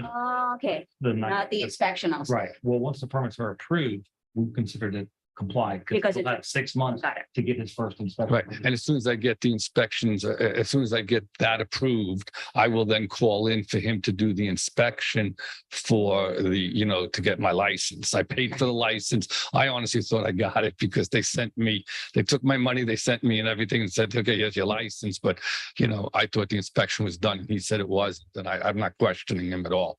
I just can't get it done until we get that out in 3 days, right? No, it's exactly, the business, business license, I see that he's applied for it. I paid for it. Yeah. Is the compliance happen when the permit is issued or when the full work is completed? When it's issued. Okay, when the permit is issued, Because because that is the violation. All the violations are consistent with the work The 105. done without permits. Got it. All right. So like I said, in 3 days, if I get that out, he gave me his phone number. Yeah. I've already applied. Okay. I will call him to do the inspection and then, we'll be done. I'm Well, fine. technically, like he's saying that because this one's just the work without the permit. So once you get the Right. permit, you cure it. Yeah. You technically, if it goes through in 3 days, you're done in 3 days. Yeah, no, exactly. But no, he has to come out and inspect and make sure that I got the permits is what he just told me. Like I said, we're trying to do everything we can, but now it's the city giving us the permission to be able to do it A now. lot of work was done already. All the windows and doors were put in, the roof was done, the fascia boards. A lot of the work was done, the fence. So there might be portions that even can get closed out even on. Exactly. And like I said, it's like he's giving you till April 26th, and it sounds like you're gonna be doing it in 3 days. Oh, as soon as I get the permit. Now, if I don't get the permit till April 22nd now, I mean, they've got comments and comments and comments. We've applied for this thing 3 months ago. That's why you have the foot factor in there. And like I said before, if for some reason, let's say, for example, we're expecting it to be issued in 3 days, it comes back with more comments. And it keeps happening in circles. Depending on what the problem is, just get back on the agenda and request for an extension. Oh, If okay. you have a valid reason for it. I then you'll be understand. heard And addressed, but it really does sound like it sounds like you're 3 days away from being done. Well, yeah, I agree, but if I'm not, I mean, I have no problem doing whatever you're asking me to do, okay? But when things are out of my control, I can't do anything about it, okay? That's why I'm giving you the out. But again, it sounds like based on what the city's saying, in 3 days, once the permit is issued in 3 days, But what happens if it's not? it looks like it might be, but if it's not, You used a hold great on. word. even if it's not, you still have till April 26th to go ahead and get it done. Let's say, for example, you start getting nervous in March that the permit hasn't been issued. Call the city to get back on the agenda, request an extension. Okay, that's fine with me, okay? Yeah, I mean, Not without solution. It's not like we're gonna say, oh, you're gonna be done with this with things you have no control. Like I said before, there are things you have control, there are things you don't have control over, okay? Right. So that's what I'm saying. Just watch your time frame. I'm gonna give it till April 26th. that's fine. If it's you start getting close to it and you still don't have it, get a meeting, come back and say, hey, listen, we don't have it because X, Y, and Z. Give me something more. If I get the permits out, I won't even need that much time. I mean, I'm being real honest with you. But Exactly. I Fingers crossed. Hopefully that's what happens. I didn't think. I'm rooting for you. Okay. 3 days. We're on the same side. I'm just saying, I didn't think it was going to take 3 months. I mean, you know. Magistrate, we just need to make sure that when there is comments sent, that the Yeah. contractor responds back to those comments in a timely manner. And I think a lot of time that was the whole thing. Yeah, and that's something that you do. Yeah, no, I'm not putting it on you only. I'm agreeing with you. I mean, you know, You're right. It's okay. but that's out of my control. All right. I hereby found that there was proper service and the violations as stated in the notice of violation did exist and continues to exist as to some of the violations. I'm going to go ahead and grant the property owner until April 26, 2023 to come into compliance. Otherwise, there's a fine of $100 a day until the violations are corrected. I'm also granting the city is requesting the amount of $425 with 29 cents to be paid by April 26 of 2023 in regards to fees and costs incurred by the city in this matter before the magistrate. Thank you so much. Ready? Thank you. Thank you, Bob. Okay, next we're going to go to the foreclosure agenda. Page 2, item 6, case number 21-2255. This is authorization of foreclosure on 604 North G Street. Property owner is Erie LWG5 LLC. Mr. Simmons, for the city of Newport Beach. This lien was recorded on February 11th, 2022 and meets the requirements for the authorization.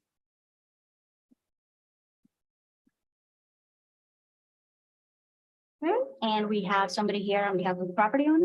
Good morning, Magistrate Dylan Brandenburg. I'm a local government attorney. I represent this property owner.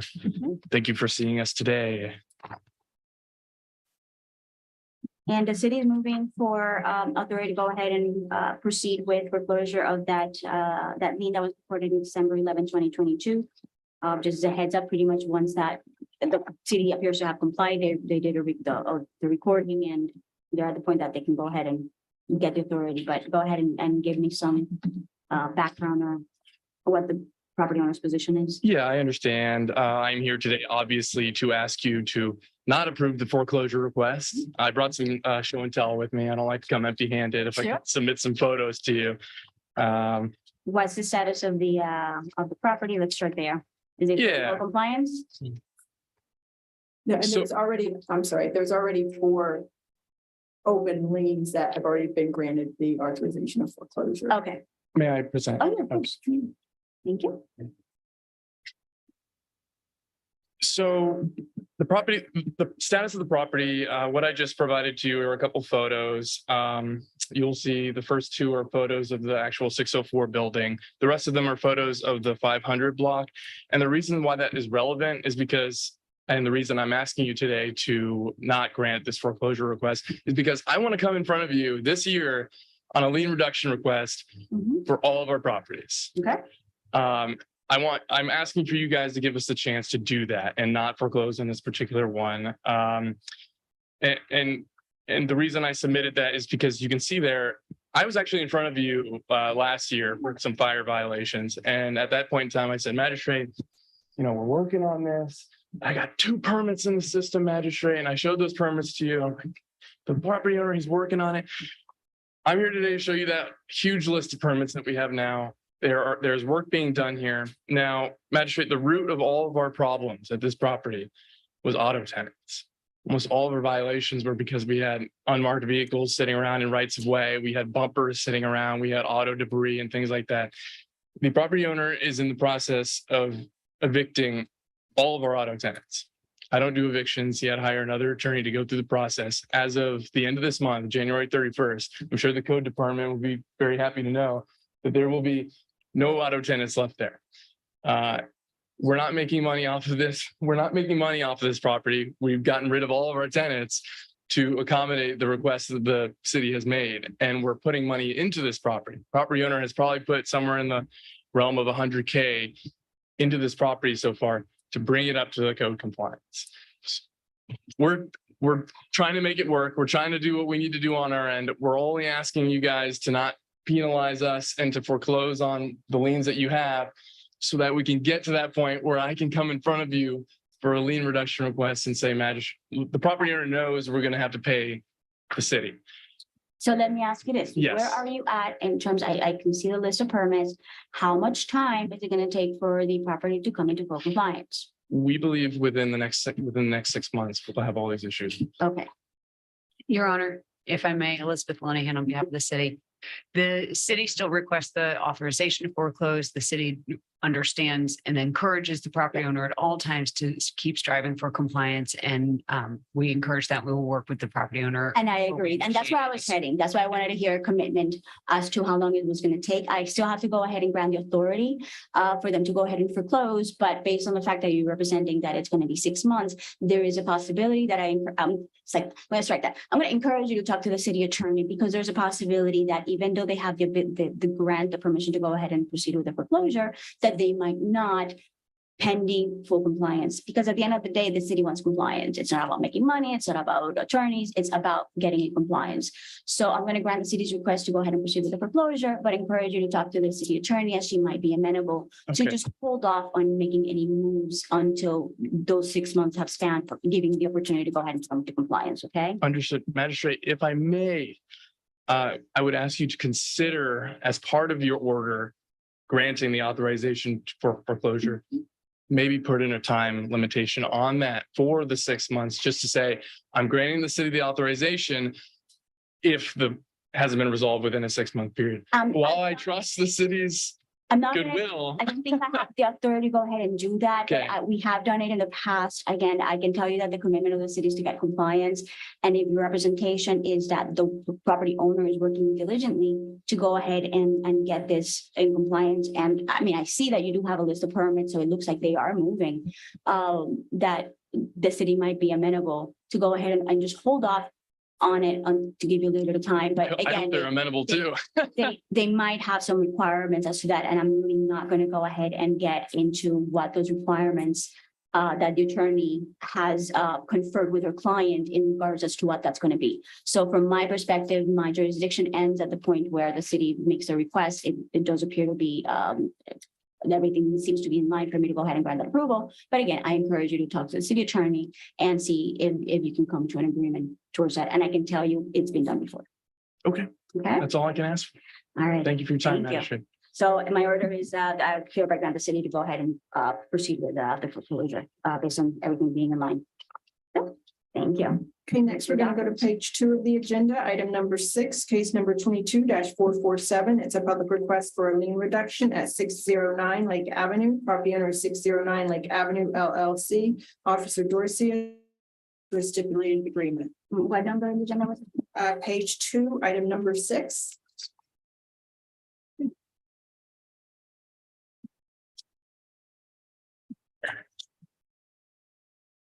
Good morning. My name is Charlotte Taylor. I have the oldest commercial building in Lake Worth, 609 Lake Avenue. It's a small building in the front, and then there's another small space in the rear.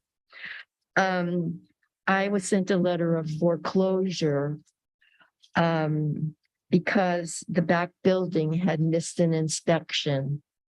Special Magistrate Yolanda Robinson, City of Lake Worth Beach. Can we start with Bedleen? Oh, yeah, I'm sorry.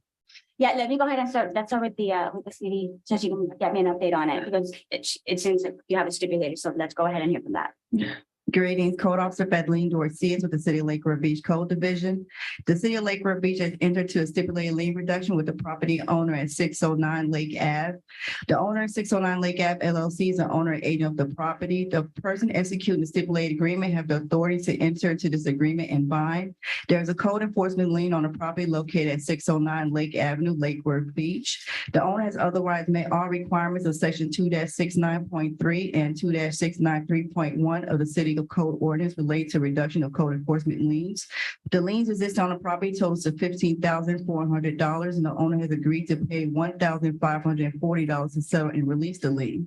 The city will recommend to a special magistrate that an order be entered reducing the lien down to $1,540, and the owner agrees to make the payment by February 27th of 2023. If the city does not receive payment as set forth above, this stipulated agreement shall be null and void. With no further action to be taken by the city, an existing lien will revert back to $15,400. What was the date again? I'm doing. February 27th, 2023.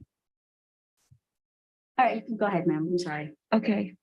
So I'm here. I did sign the agreement, but I really don't think that I should be fined anything.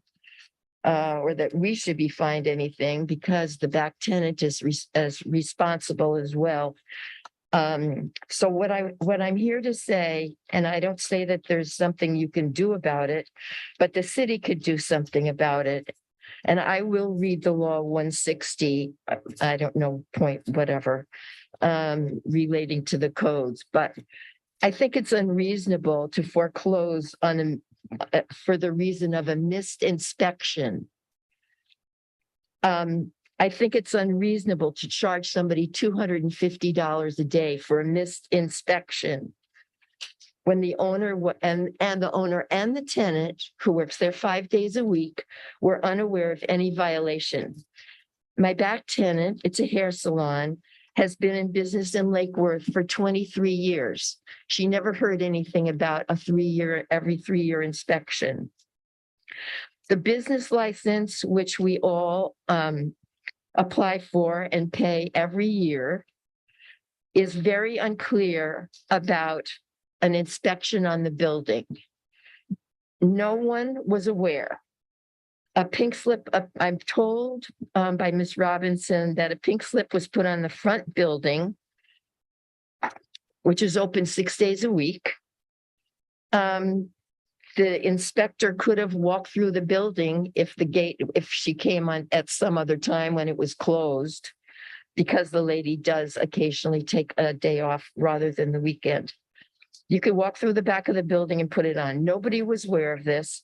And when I'm thinking $250 a day, when we were unaware of it, so it accrues to over $15,000.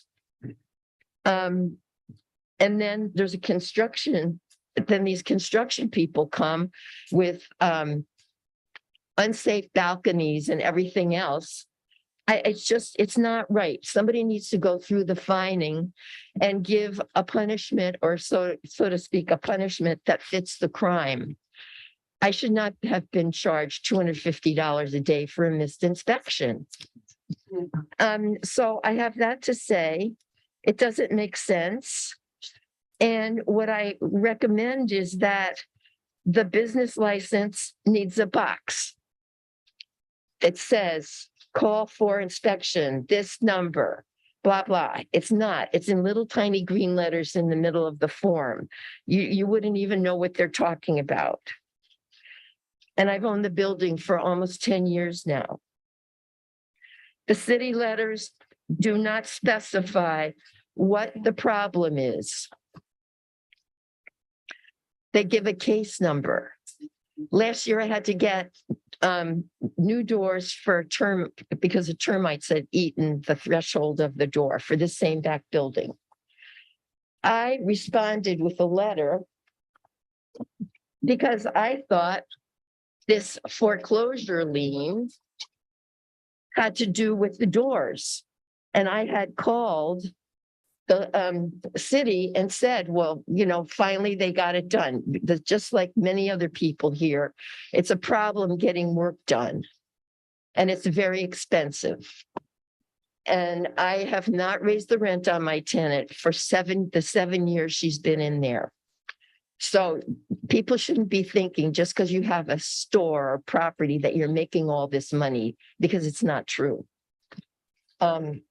By the time you pay $6,100 for an air conditioner and a bunch of thousands other for termite-eaten doors, you're not making that much money. Anyway, I responded November 6th with a letter to the city of Lake Worth about the doors, because I thought that I hadn't met the permit. You know, the permit needed to be closed. It couldn't be closed because the doors weren't working properly that had been installed at great cost. So I recommend that something be put in here that tells a person why they're getting a letter from the city that they have not complied with some code.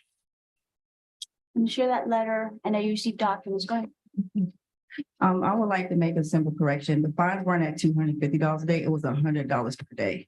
That was one. And two, the notice that was mailed via certified letter was actually signed for. Yeah. No, and it's posted. It's posted on the property. It's sent over. No, it wasn't posted on the property. Nobody knew. It was not posted on the property. Actually, that's what I'm saying. May I make another comment? You actually called me and asked me to come down and take down your posting, so you was aware of the posting. I didn't even know about it.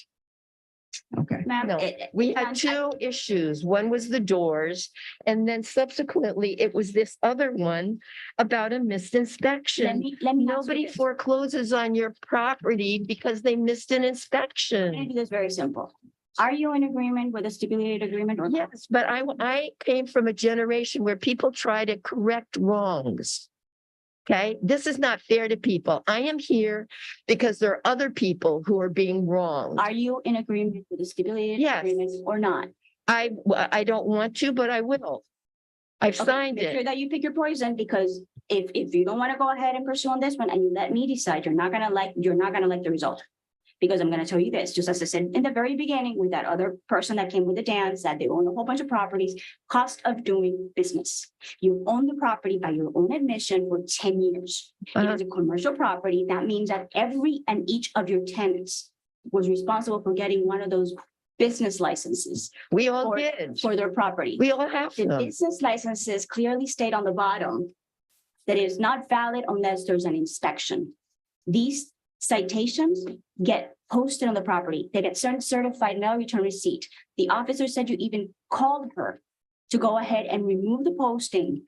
You've been in the city for 10 years running it. Ma'am, I'm speaking. Okay. You've been in the city for 10 years running a business. For you to come here and try to tell me, oh, we spent $600 on a door and I haven't raised the tenants. It's your business. You can run it whichever way you want.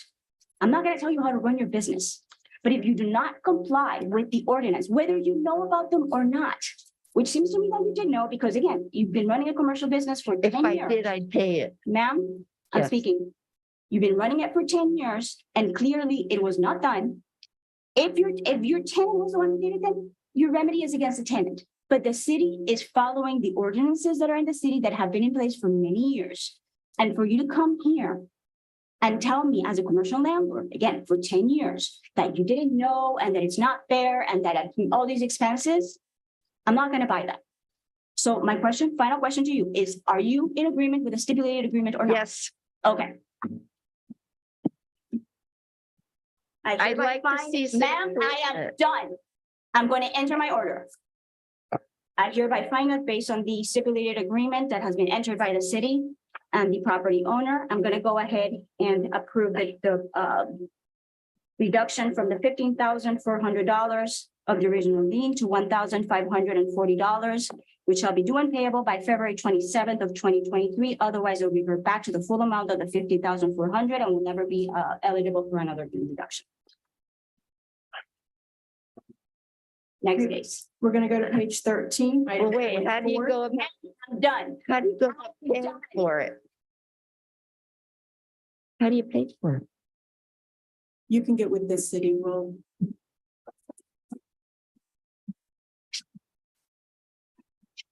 Okay, page 13, item 44, case number 22-1309, property address of 202 North Federal Highway. Property owner is Fairfax and Salmons Properties LLC, Officer Dorcius.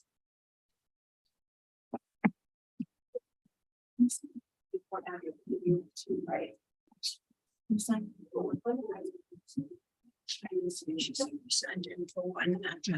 two on that. Oh, okay. Which one did you call first? Item 44, case number 22-1309, 202 North Federal. You got Liz with signing, right? Well, I sworn in. I've sworn in. Yeah, Okay. we're both sworn in. I know there was one or two people that.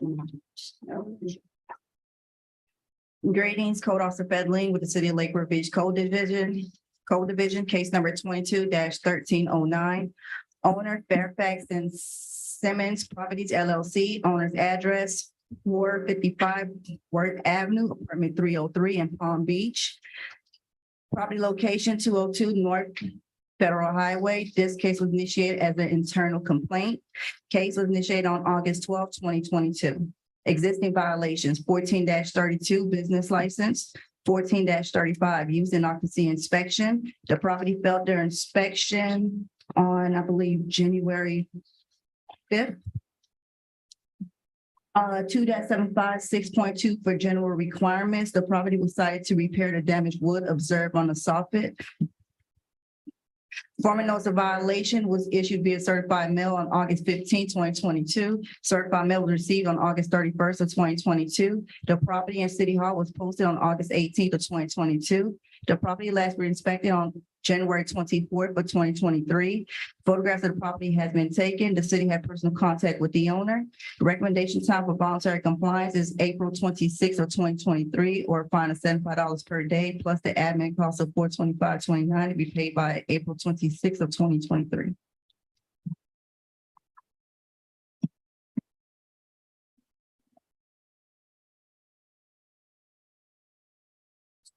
Oh, and one more thing, all other violations has been complied at this time, Oh, everything's complied with? except for 1432, 1435, and 2-75, 6.2. Okay, so that's the business license, Use not be inspection and general requirements for the damaged wood on the soffit. is it a lot of wood? Is it the whole soffit? Or? I have a picture. Do you have pictures? Oh, there it is. It's going down.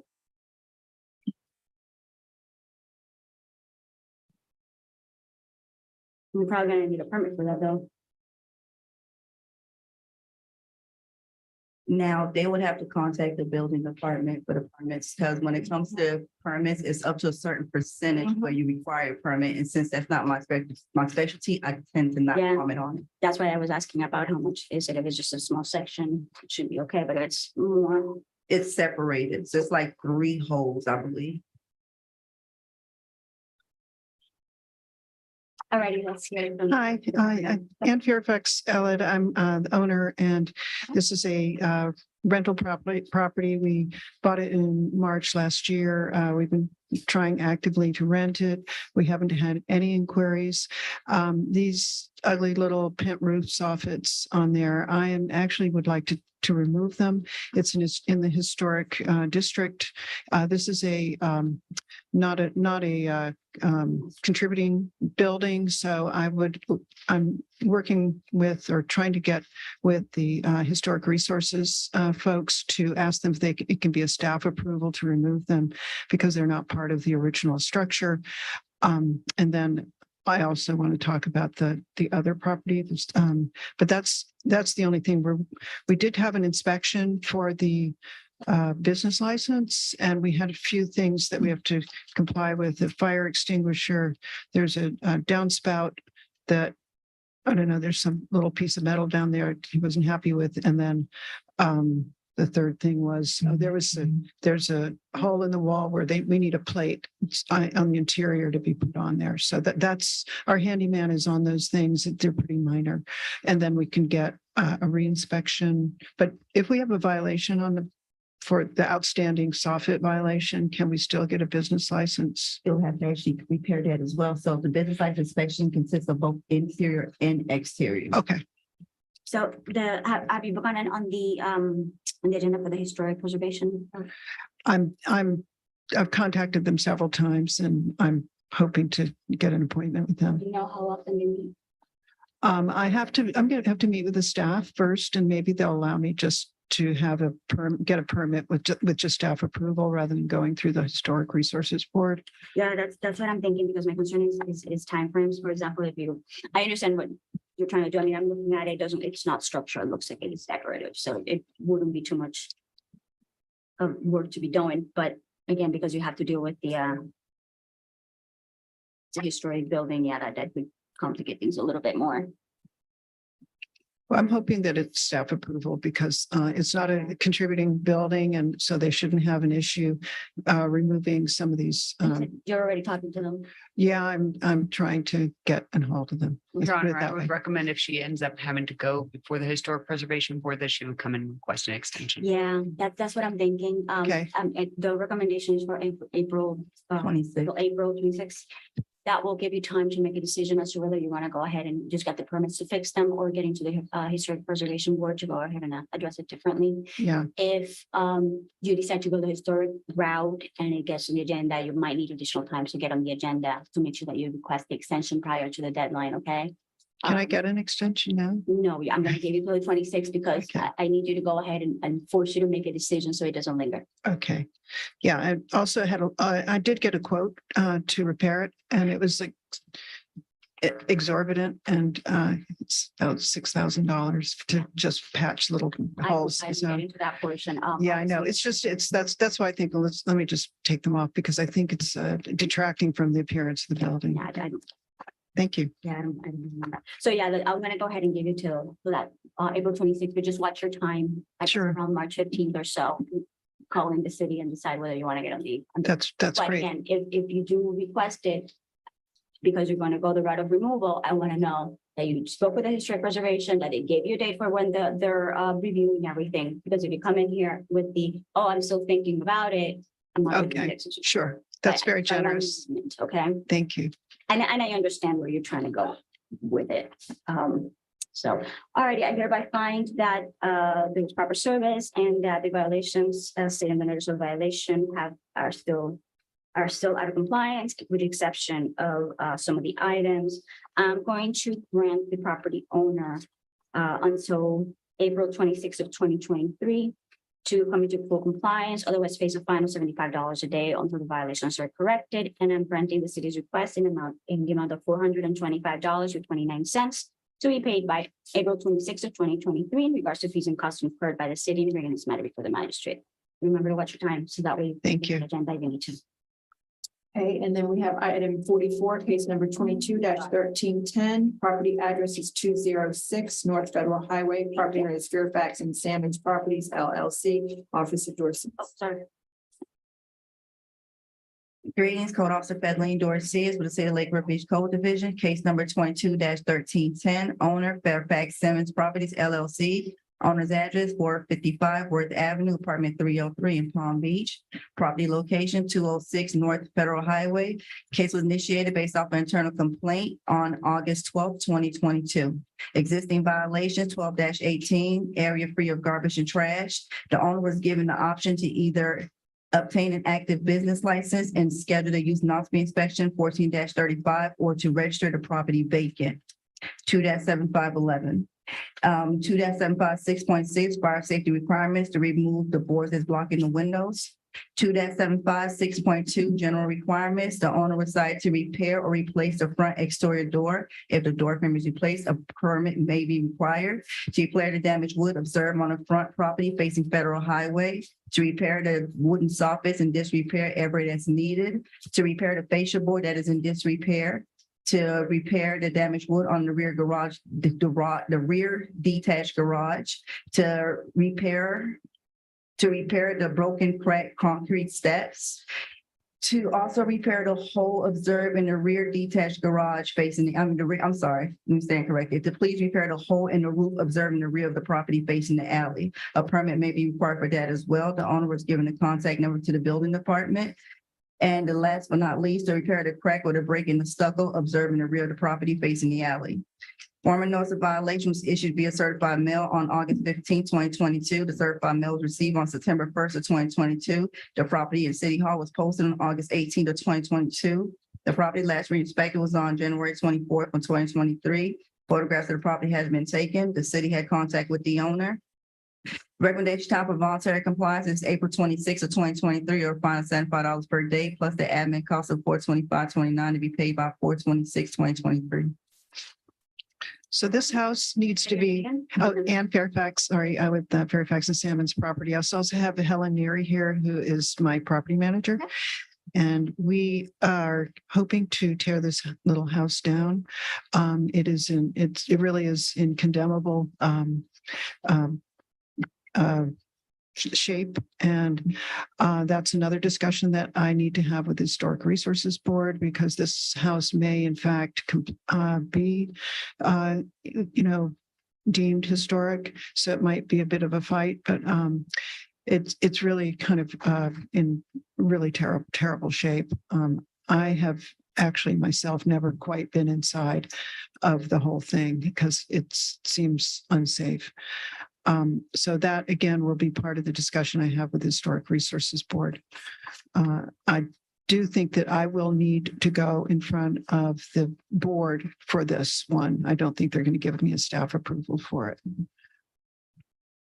And when you say is it a separate building, the one that you're thinking that you might have to demo? Yeah, it is a separate building. I want to demo it.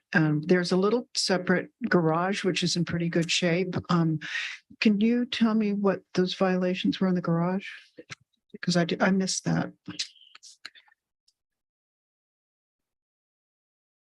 To repair the crack that's in the stucco of that rear garage and repair the hole that's in the roof on the rear detached. I can show you the photos. Okay. Yes. Okay.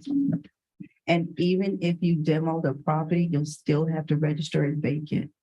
We've been trying to register it vacant. However, the current owner is still registered as the owner, and I have called several times. The prior owner, yeah. The prior owner is still registered as the owner, so we've been unable to register it vacant. I just was on the phone to them yesterday to get an update, and they said it would be 7 to 10 days.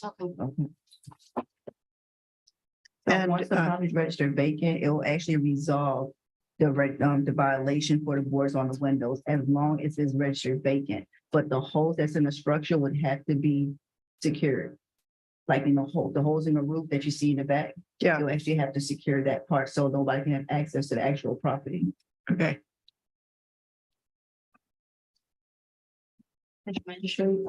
I'm trying to Yolanda Robinson, City of Lake Worth Beach.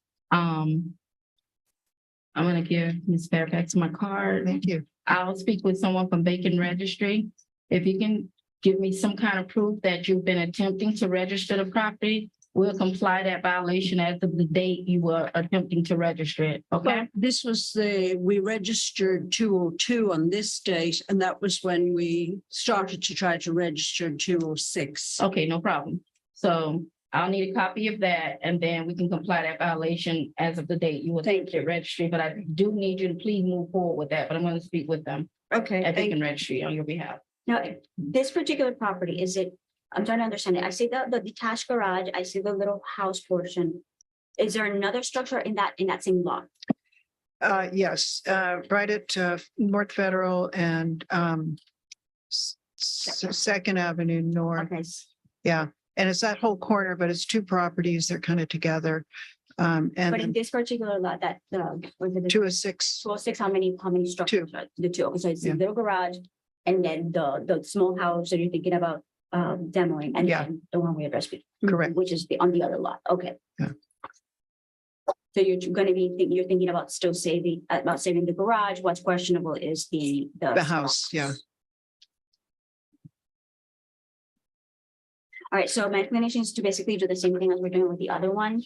So it sounds like since you seem to be more serious about taking care of that one through the historic board, go ahead and might want to go ahead and get yourself on the agenda for the following one after the April 26th. Is that next? Is there a hearing on April 26th? For us? Yeah. Yes. Okay. That's the Thursday, not. So why don't we go ahead and just put her automatically on it, because I think she's gonna need it. Okay. But yeah, So we're gonna do a status? no, what I'm gonna do is I'm gonna go with the court office recommendation to give her until April 26th, just to force her to make that decision by the time that next hearing happens. So that hearing happens, she might have already complied with, especially the soffit on the other case.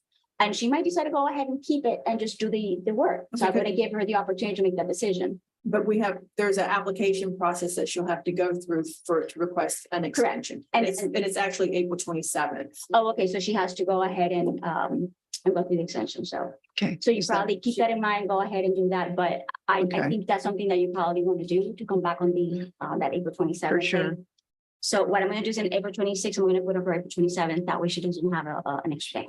And that application is online or is it? You just come to to our office and we will get it to you, or you can email us. We can email In you. your office in this building? 1900 Second Avenue. Okay.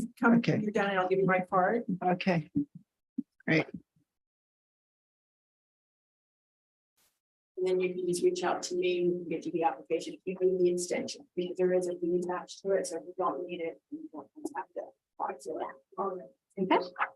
All righty, I hereby find that there was proper notice and that the violations stated in the notice of violation continue to exist and continue to exist. I'm hereby ordering the property owner to come into compliance by April 27th of 2023. Otherwise face a fine of $75 a day until the violations are corrected. And I'm also granting the city's request in the amount of $425.29 in fees and costs incurred by the city. In hearing this matter before the magistrate, which shall be due and payable by, I'm going to do the April 27th, 2023. So regardless of the extension, you're going to want to pay that amount so that you're not out of compliance in reference to the fees and So costs. I do that in April, not now. It's up to you. It's going to be that amount is going to be due for by April 27th of 2023. Anyway, okay. Anyways, yeah. But then again, like I said, watch your time, get on the agenda, but definitely get the historic preservation portion moving so that when you come back on that next hearing, we do have an actual concrete plan for what's going to happen. Perfect. And if between now and then you say, you know what, I'm giving up on this, I just want to do the repairs, go ahead and get the permits moving, get permit applications moving, so that way when you come back in April, I decided to go ahead and fix it, but I haven't done anything in the last 4 months. That's not going to look good. Okay. All right, great. Thank you so much. Oh, wait, I think this is hers too. Isn't that hers? Yeah. Is Pastor Scott, okay. I had to make sure you're still here. I didn't see, were you sworn in? Yeah. Okay. Okay, so then we are going to go to page 12, item 41, case number 22-959. Property address is 210 North J Street. Property owner is the Apostolic Tabernacle Inc., Officer Dorcius.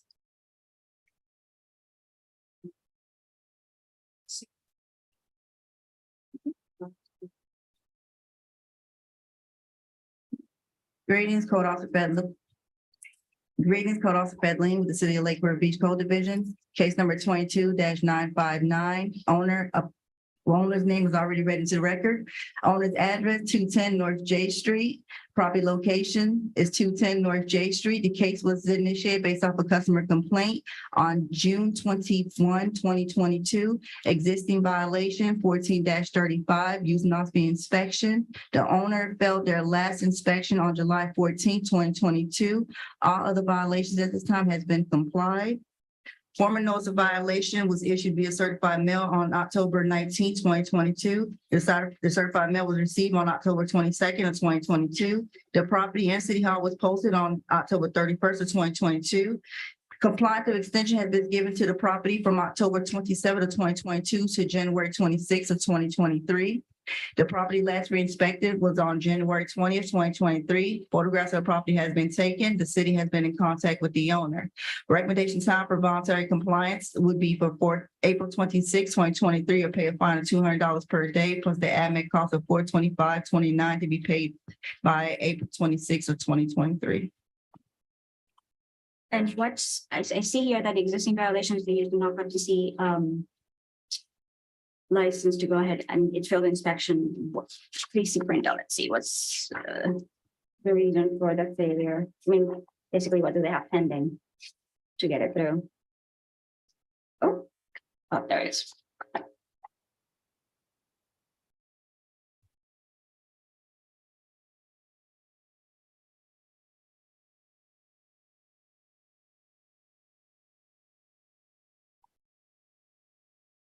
Okay, so it's in reference to the bathrooms you need to repair. All right, go ahead and state your name Pastor Scott, and what's your relationship to the pastor and caretaker of the property, 210 North J Street. it looks like you're almost there except for the bathrooms. Right. So where are we at on that? The bathroom was taken care of finally yesterday. The plumbers came. And so we have the door frame. The contractor has the permit. He now has the permit. I spoke with him last night. So he'll be getting the material to get the door frame taken care of. So just the door frame, that would be the only thing that. Yes. The door frame has to be placed. I couldn't do it. They say a contractor have to do that. So That fell under general requirement 2-756.2. So he decided to repair the damaged doors and door frames. So the contractor submitted a permit to the building department, which was approved to replace the doors and door frames and the windows as well. So they complied to violation, even though the work has not yet been completed. Okay, so then they're in compliance, only thing they need is a final. He has to call and schedule his use not be inspection and pass that inspection. Got it.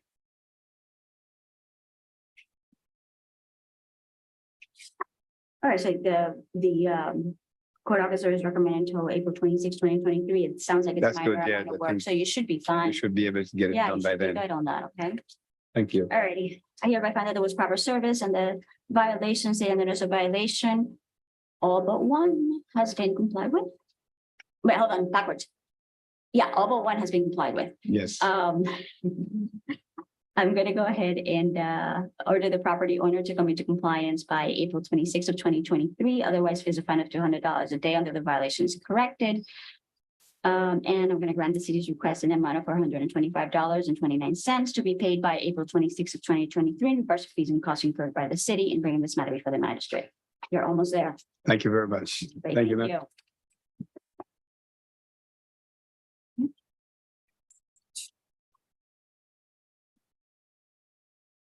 Okay, we're going to go to page 14 of the agenda, item 48, case number 23-47, property address of 532 South K Street. Property owner is FYR SFR Bar LLC, Officer Dorcius.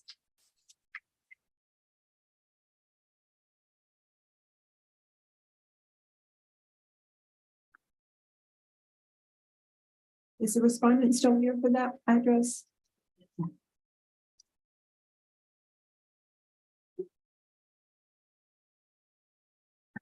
You were sworn in also, right? Were you sworn in? No. Okay, raise your right hand. Do you swear from the testimony you're about to provide as a truth, the whole truth, and nothing but the truth? Yes.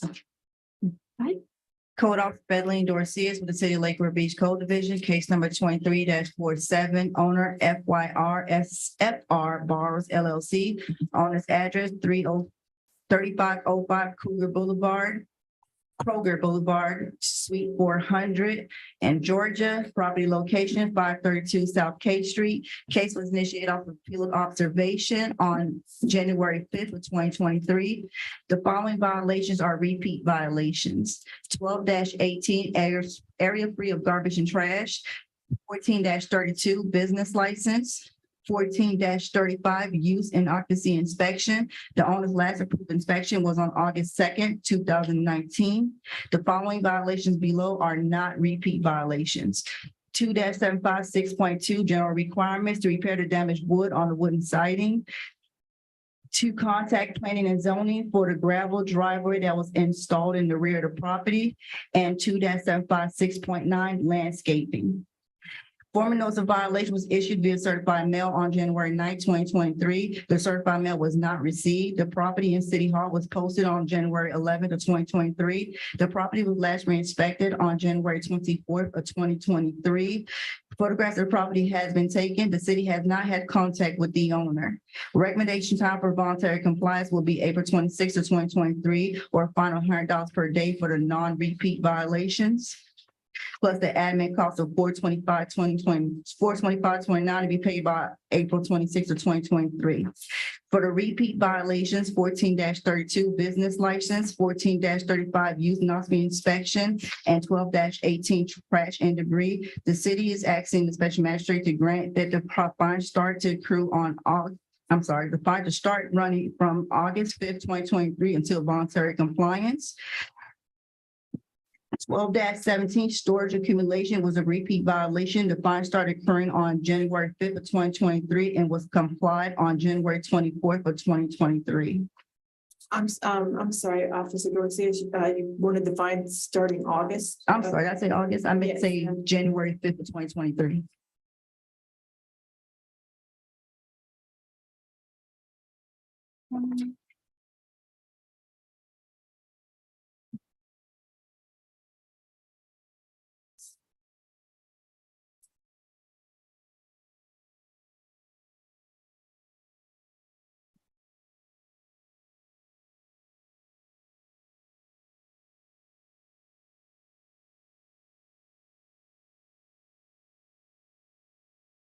Can you give me that date again, the date back for the repeats?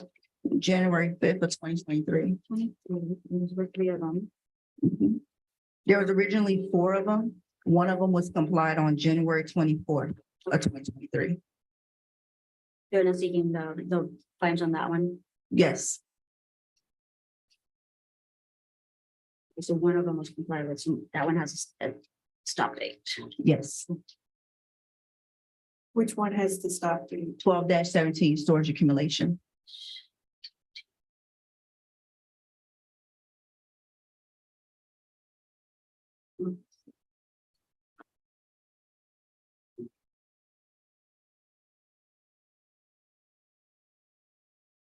And those had $100 a day.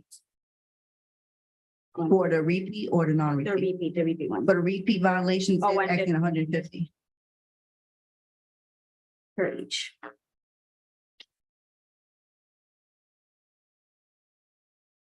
So that would be 150 times the 3.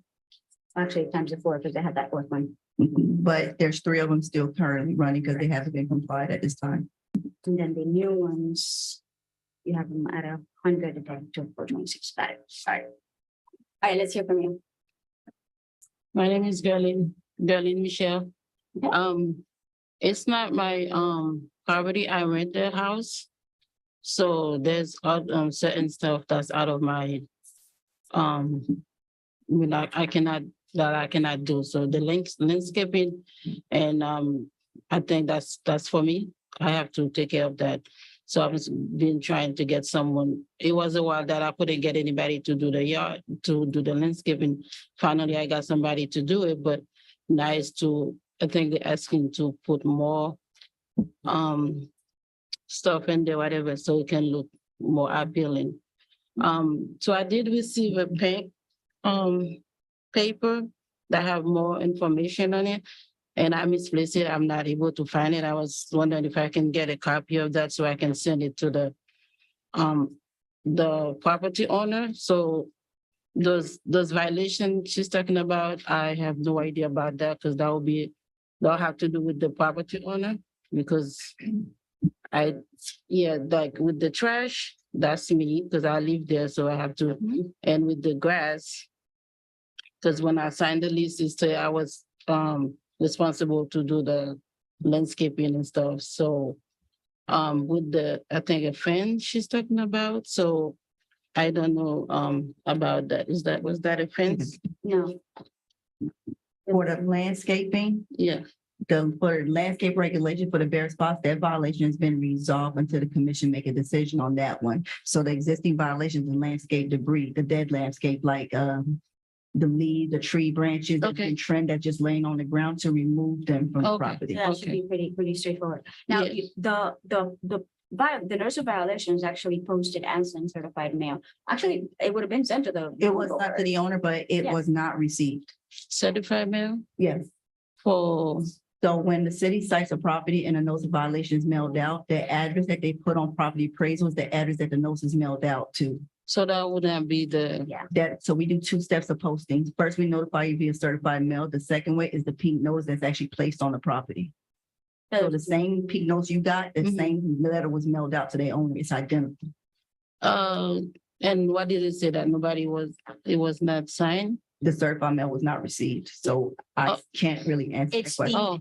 it's deemed served the minute it goes out, especially by certified. If it comes back because the property owner has a bad address in the system, that's on the property owner. So. Have you spoken to the owner in reference to these violations? No, that's the issue, because the pink paper, which my kids kind of misplaced it because I look all over. I remember the date for the hearing, so that's why I called yesterday to make sure. And then they told me just show up and then I get all the information. So that's why I need a copy of it to send to the property owner so they can address it. Yeah. I don't think I have the ability to go ahead and she can't represent the property owner because she's doesn't. So for all intents and purposes, it's going to be like it's a non-appearance.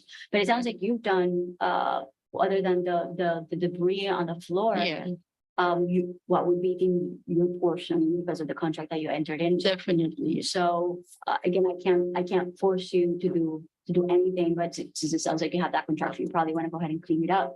But for the rest of it, since it's a violation against the actual property owner, it has to be addressed here as a no-show.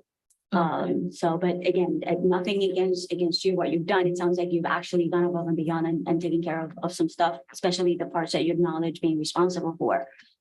So kudos to you on that. But for purposes of the rest, I have to treat it as a no-show. Okay. I have a question on that.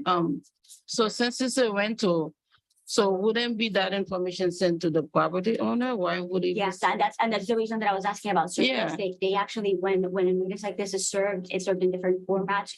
Sounds like you saw the posting, what was actually put on the property. Yeah. But in addition to that, it's actually mailed out to the property owner based on the address that the government has, that the property appraiser has. This is where they send also the property tax bills and any other issues that they have. So the property owner has a bad address, the property appraiser. Yeah. Okay. But that's not your fault. Yeah. Right. Definitely. And it's not the city's fault. That's why the law says once it goes out, the city's responsibility is over because all they have to do is send it out. Okay. Okay. Okay. All right. So.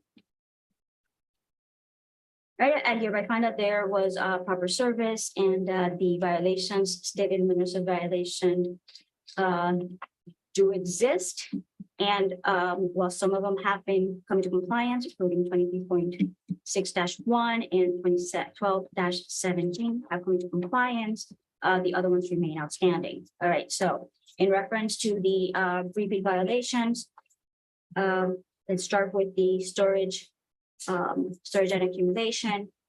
I'm going to grant the city's request to go ahead and, given the fact that it's a repeat violation, to start the fines in the amount of $150, running to, that was January 24th. January 2024, the light one, that storage one? The trash can? Yeah. Yeah. It started running from January 5th up to January 24th. Okay, so from January 5th until January 24th.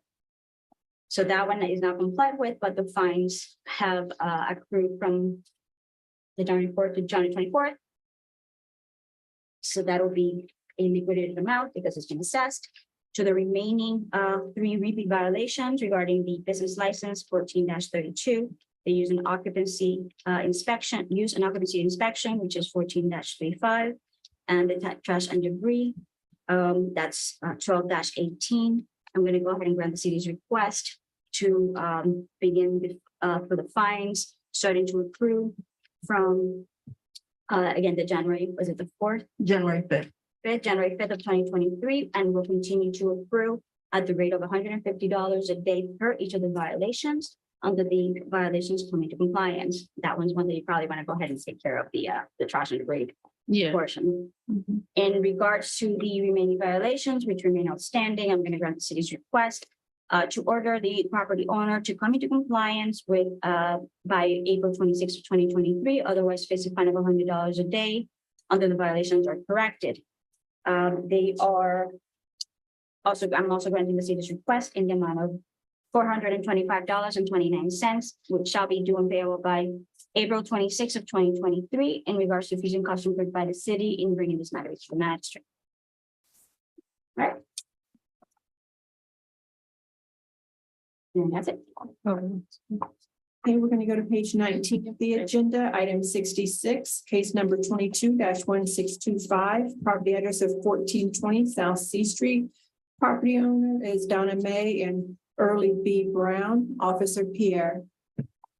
And I believe she needs to be sworn in. Okay. Yes. Good morning. Good morning. Yes, good morning. Raise your right hand. Do you swear from the testimony you're about to provide to the whole truth and nothing? Yes, ma'am. Good morning, Officer Blake here with the City of Lake Worth Beach. The location is 1420 South C Street. This was a field observation. Case was initiated on 9/19/2022. Existing violations are as followed. 23-2-21 permits required for installation of pavers, windows, doors, and driveway. Formal notice of violation and hearing was issued via certified mail on 10/4/2022. Certified mail was returned to sender. Property was posted on 10/7/2022. Last inspection was on January 25th, 2023. Photographs were taken of the property. Personal contact was made with the owner. The city is recommending that the owner be given until 4/27/2023 or fines of $50 per day plus the administrative cost of $425.29 must be paid by 4/27/2023. The owner has applied for permits for the windows, doors, and that's in the system and plan review status. Still waiting on the pavers permits. Yeah, that's it. All right, let's hear from the property owner. Say your name and relationship to the property. My name is Donna Mae Brown. I'm the owner of the property. It's just, honestly, this was my first home purchase. I was in a gated, I just didn't know. And I did the work. And then when Blake spoke to me, it's just not having the knowledge. So it's constantly going up there and them showing me exactly what I need. Cause I just, some of it I don't understand. And I was up there yesterday. So I have the paper for the pavers and what they need me to do. So I am going to comply and do everything. It's just with work and everything, it's like the days you guys are open, those are the times I work. So in between lunch, I've been back and forth trying to comply. Well, it sounds like you've already started the process with windows and doors. And Yeah. portions of driveway. I thought the papers I submitted, but I didn't. So I got the paper yesterday to resubmit it.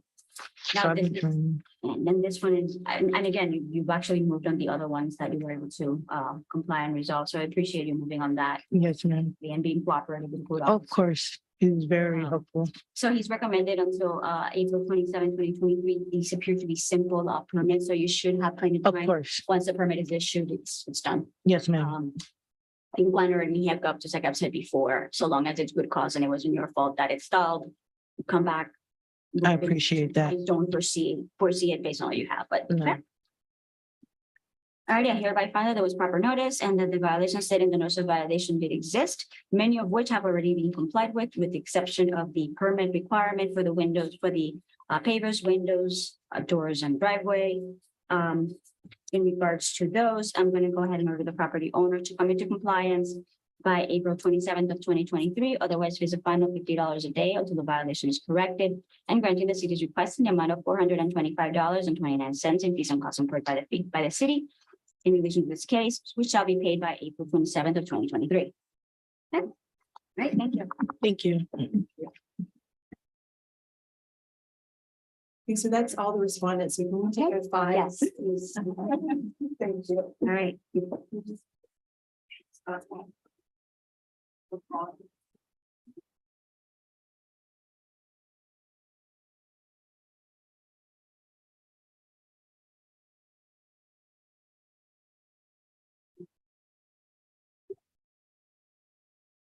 Thank you.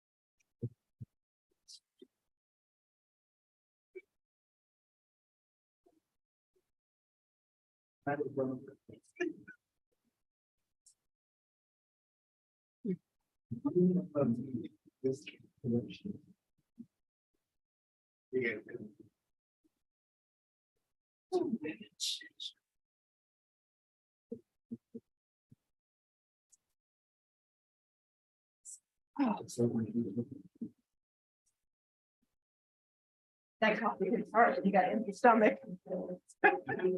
Let's see.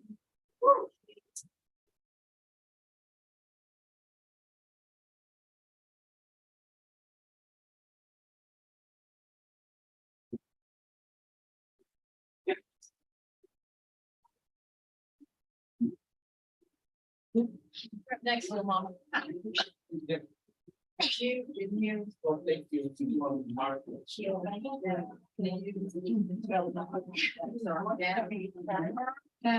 Because they usually have one page. Yep. Place down at the bottom. He got a lot of.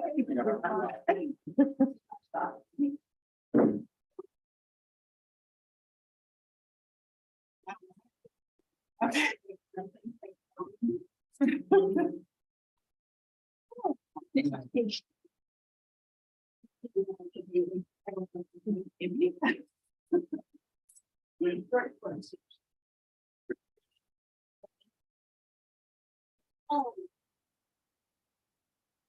Thank you. I appeared there this Friday, I believe, but no, it was this week.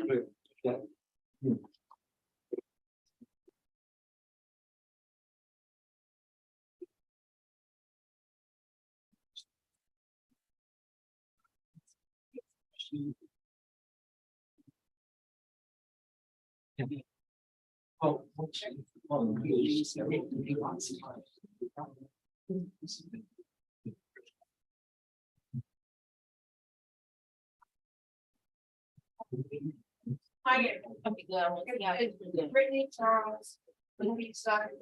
No, I mean Brittany, Charles, Blake, and Hugo. I don't care what order I believe in. How many you have, Charles? How many you have? You five. How many you have, Charles? I mean, I have five left. Oh, no, Blake's got. Brittany and Charles. And they are around after that.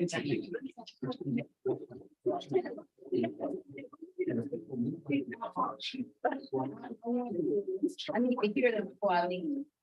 I heard you before I was late, but I need to hear Brittany and Charles. There's hardly anybody in here who can be shaking.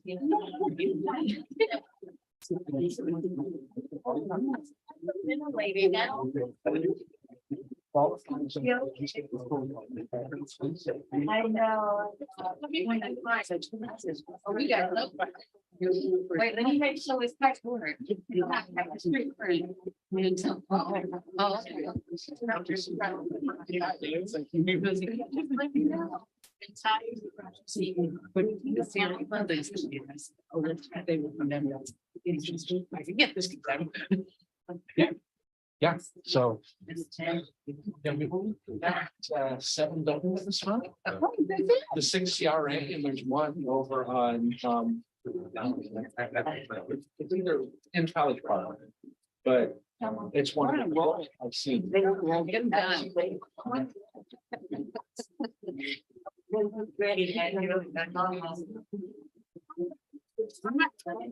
Those 26 of them. I was hoping she wasn't gonna amend anything.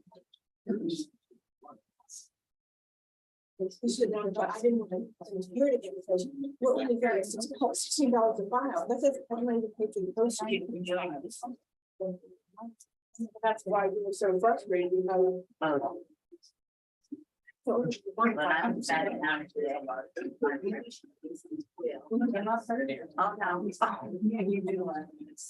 well, I'll sit like I did last time, just one of each. I think that I'm gonna say that.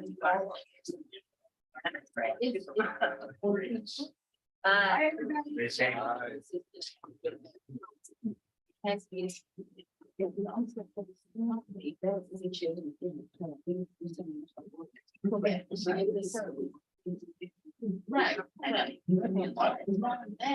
It's not a requirement, but courtesy. Something.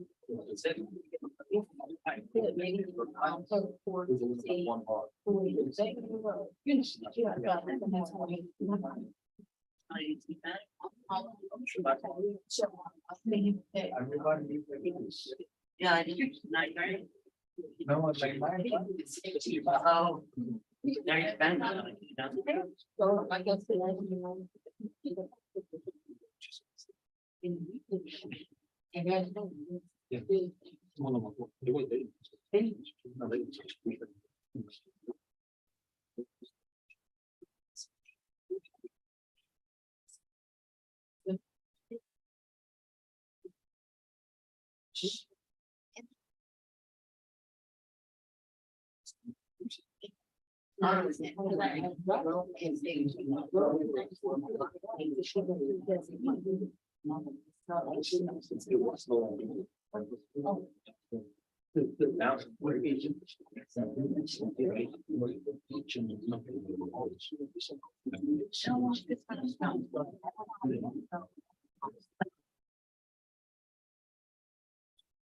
Thank you.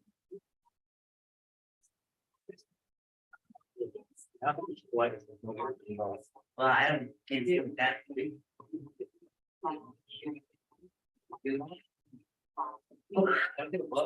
I don't think that. I've got right back out as I can play something. So. No.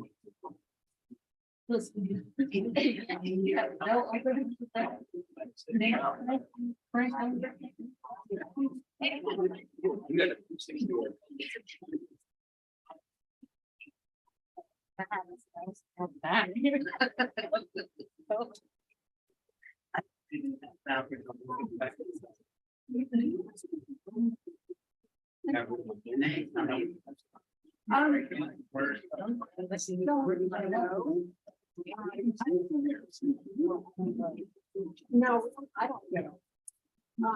Are you seeing them too?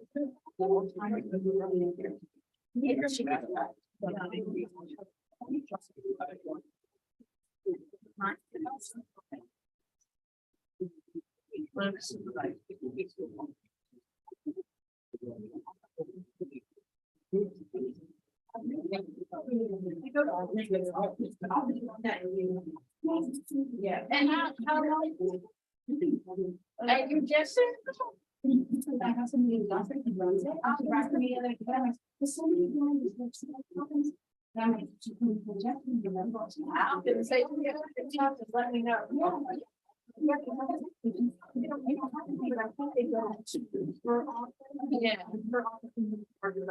Yeah, I'll take yeah, I'll do it, yeah, I will. I'll copy an email to her.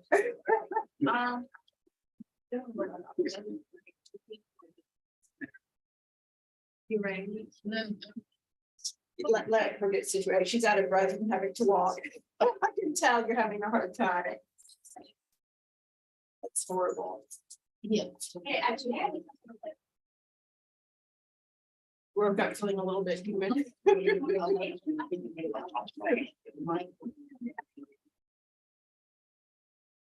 You just let me know when you're ready.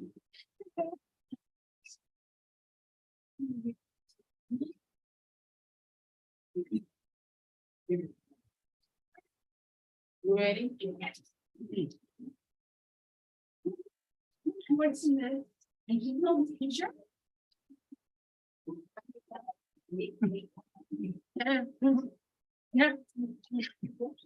Okay, we are going to go to page 30 of the agenda, item number 103. Case number 22-1726. The property address is 338 Cornell Drive. Property owner is Emerald Isle Home Builders LLC. Officer Tyler.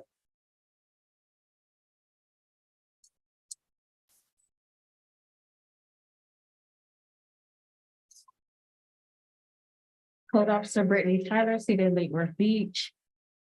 Property location 338 Cornell Drive. This came in as a complaint from a citizen. Existing violations 1217, cans on public view, 1218, remove all trash and debris from the property. 2-75.6.2, replace electrical plug cover, paint house number to contrast the current paint, repair rear detached with approved permit. 2-75.9, landscaping, cut, trim, mow all landscape around entire property. All other violations have been complied. Formal notice of violation and hearing was issued via certified mail on October 13th, 2022. Certified mail received on October 20th, 2022. Posted at property and at City Hall, October 17th, 2022. Property was last re-inspected on January 25th, 2023. Photos of all violations are present. No personal contact with the owner. The city is recommending that the owner be given until April 10th, 2023 for compliance or pay the fine of $75 per day. The city is also asking that administrative costs of $425.29 be paid by February 23, 2023.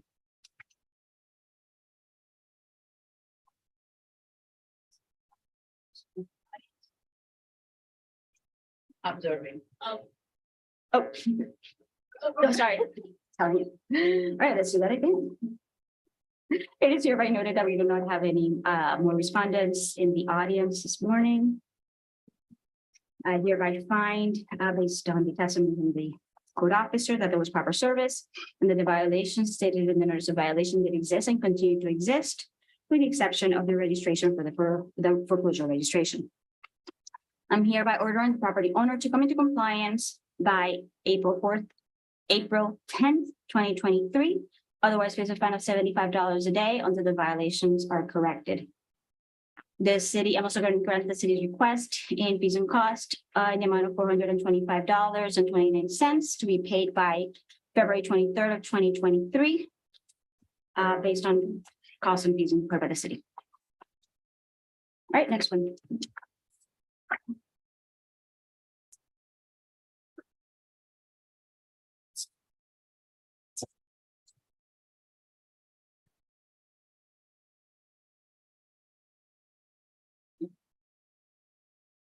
I'm sorry. Okay, we're going to go to page 15 of the agenda.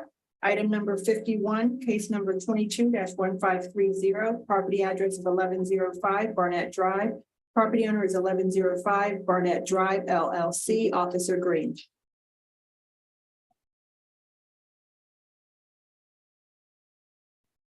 Code Officer Charles Green. Today's date, January 26th of 2023. Property location, 1105 Barnett Drive. This was a failed observation. Case was initiated September 20th of 2022. The existing violation is 14-32 business license. Please apply and obtain a City of Lakewood Beach business license. 14-35, please, excuse me, please schedule and pass a inspection. 2-75.6-.2 general requirements. Please move forward with permit 211699 that is in plan review. Please contact building department. Compliant violations 23.4-19 outdoor storage. The formal notice of violation of hearing was issued certified mail on September 23rd of 2022. Certified mail was received on September 28th of 2022. Posted on property and City Hall, September 23rd of 2022. Last inspection was on December 28th of 2022. Photos was taken. No contact with property owner. The city is recommending the owner to be given until March 27th of 2023 for compliance or pay the fines of $75 per day. The city is also asking the admin's costs of $425.29 to be paid by March 27, 2023. I hereby find that there was proper service under the violations as stated in the notice of violations did exist and continue to exist with the exception of the outdoor storage, which has since been corrected. I'm hereby going to order the property owner to come into full compliance by March 27th of 2023, otherwise face a fine of $75 a day until the violations are corrected. I'm also granting the city's request in the amount of $425.29 in regards to fees and costs incurred by the city in regards to this matter. That amount shall be due and payable by March 27th, 2023.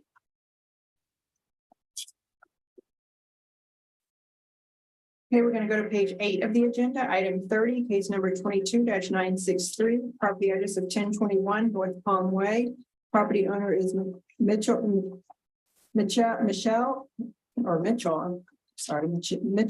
Nicole Scrove, Officer Dale. Officer Leticia Dell with the City of Lake Worth Beach, case number 22-0963. Owner's name has been read into the agenda. Property location is 1029 North Palm Way. This case was opened as a citizen's complaint on June 21st, 2021. Existing violations are 23.2-21, apply for permit for fence installation and to also process and close permit number 22-1995, which was red tagged by the building department on February 23rd, 2022. All other violations have been resolved. There was an issue for courtesy notice of violation on June 21st, 2022. The property was re-inspected on December 13th, 2022 and found to be in non-compliance. Formal notice of violation and hearing was issued via certified mail on September 8th, 2022, and the certified mail was delivered. The property was posted at the Property and City Hall on September 13th, 2022. The last reinspection was on January 23rd, 2023, and found to be in non-compliance. Photographs of the property have been taken showing the violation. There was personal contact with the property owner. The city is recommending recommendation time of March 26, 2023, with a $100 fine per day and an administrative cost of $425.29 to be paid by March 26, 2023. All right, I hereby find out there was proper service and that the violations as stated in the notice of violation did exist and continue to exist with the exception of 23.6-1, which has been complied with. And be ordering the property owner to come to full compliance by March 26th of 2023, otherwise to face a fine of $100 a day until the violations are corrected, and granting the city's request in the amount of $425.49, which shall be paid by March 26th of 2022 in regards to fees and costs incurred by the city. Okay, we're going to go to page 10 of the agenda, item 35, case number 22-1311. Property address is 1709 12th Court North. Property owner is Osvaldo Gonzalez and Francis Valderas. Officer Dale. Code Officer Leticia Dale with the City of Lake Worth Beach. Case number 22-1311. The owner's name has been spoken into the agenda. Property location is 1709 12th Court North. Case came in as a complaint. Citizen complaint was initiated on August 12th, 2022. Existing violations are 23.2-21, no permit in the system for the AC unit or the driveway pavers. 2-75.6.2, please remove bricks, rocks, pavers, and debris from the property. All other violations have been complied or resolved. Issue for courtesy notice of violation was issued on August 12th, 2022 as a door hanger number 13190. Property was re-inspected on December 13th, 2022 and found to be in non-compliance. Formal notice of violation and hearing was issued via certified mail on September 8th, 2022, and the certified mail was delivered. The property was posted at the Property and City Hall on September 13th, 2022.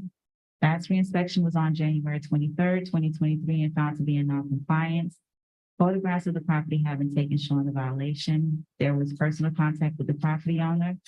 The city's recommendation time is April 26, 2023, with a $50 per day fine and administrative cost of $425.29 to be paid by April 26, 2023. Special Magistrate, I'd like to ask that for violations 23.4-11 and 23.4-10, even though they are complied at the time, that we place a finding of fact as this is an ongoing issue per the complainant's photo in the file.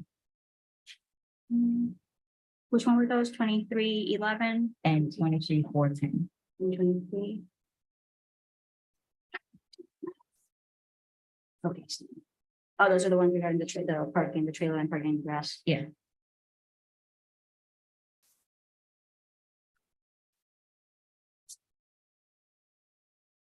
Now, I just want to make obviously a finding that the violation existed. That's for everything. And then next time it happens, you can cite them as repeat and up the fines. Sound effects and everything. See? Sound effects.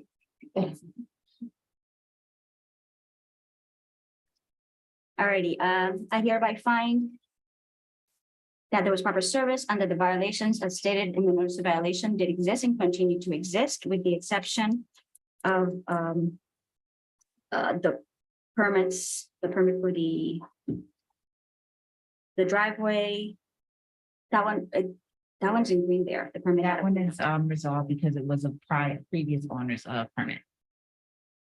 Okay, then, but the permit for the HVAC and the driveway pavers are still pending. Correct. Okay. So I hereby find that the violations listed in the notice of violation did exist and continue to exist, with the exception of the permit number, the issue regarding the permit number 15-3294, the rock debris from the property, and the trailer parked in the residential area, which is not screened, and the vehicle parked in on the grass. However, I am making a finding that the violations, those violations, even though they were corrected, did exist at the time, and should they be violated again, it would be deemed a repeat violation, and the fines would be assessed accordingly. Now, in reference to the remaining violations, they're still out of compliance, and I'm going to order the property owner to come into full compliance with all the violations by April 26th of 2023. Otherwise, face a fine of $50 a day until the violations are corrected. I'm also granting the city's requesting amount of $425.29, which shall be paid by April 26, 2023, and that is in regards to fees and costs incurred by the city in regards to this matter. Okay, next is item 37, case number 22-1659. Property address is 1911 Park Street. Property owner is Luis A. Fuentes, and they've entered, Officer Dale, and they've entered into a stipulated agreement. Which agenda number is that? Item number 37. Okay. Code Officer Leticia Dale with the City of Lake Worth Beach, case number 22-1659. The City of Lake Worth Beach has entered into a stipulated agreement with property owner Luis A. Fuentes That the person signing the stipulated agreement have the authority to enter into the stipulation and bind. That the violations exist at the owner's property located at 1911 Park Street, Lake Worth Beach. That the owner is granted until April 26, 2023 to obtain compliance as specified in Exhibit A. Owner understands and agrees that he will not be entitled to an extension of time to correct the violations and agree that he will not request the same. That if the owner does not correct the violations and bring the property into compliance with the code section cited in Exhibit A by the date set forth in Section 3, above, a fine of $50 per day will be assessed. That the owner understands that the City of Lake Worth Beach Code Compliance Officer will re-inspect the property to verify whether the necessary work has been completed to correct the violation in Exhibit A. All right, I hereby find that having reviewed the file and the testimony from the code officer and having reviewed the stipulated agreement between the city and the property owner, having noticed that it's signed and dated, I'm going to hereby approve the stipulated agreement wherein the property owner agreed to come into compliance by April 26th of 2023. Otherwise, there's a fine of $50 a day until the violations are corrected. Oh, and that doesn't have the admin fee. Okay, we're going to go to page 17 of the agenda, item 58, case number 22-1297, property address of 408 North H Street. Property owner is Larry Grant Housley, Officer Martinez. I'm sorry, agenda number again? Item number 58, page 17. Thank you.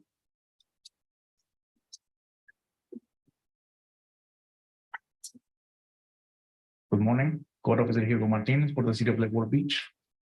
Property location 408 North H Street. Case was initiated on August 31st, 2022. For an internet complaint, business license. Existing violations 1432, 1435. Please apply and obtain a City of Lake Worth Beach business license and a schedule and pass use and occupancy inspection for Housley Larry Grant. 27262-7562. Please repair damage on fascia, remove dirt mildew from entire structure, repaint as needed. 23.4-4, please replace all broken panels on gate in the backyard. Remember, violations have been complied. Formal notice of violations and hearing was issued by certified mail on September 8, 2022. Certified mail receipt of September 15, 2022. Posted at Property and City Hall, September 9, 2022. Property was re-inspected. Land inspection was on January 23, 2023. Found to be in non-compliance. Photographs of the property have been taken. Personal contact with the property owner. It's a yes. Recommendation, the city recommendation time is February 24, 2023 to bring the property in compliance. Or fines of $75 per day. Administrative cost is $425.29 to be paid by February 24, 2023. Okay, I find that there was proper service and that the violations as stated, and the rest of violation did exist, that some of them have been complied with, including section 2-75.6.6 and 19-13. The remaining violations are still outstanding. I hereby order the property owner to come into full compliance by February 24th of 2023. Otherwise, pays a fine of $75 a day until the violations are corrected. I'm granting the city's request in the amount of $425.29 in regards to fees and costs incurred by the city, and that amount will be payable by February 24th of 2023. Okay, next is item 59, case number 22-1512, property address of 402 North D Street, Unit 1. Property owner is Brian Reinhardtson, Officer Martinez. Thank you.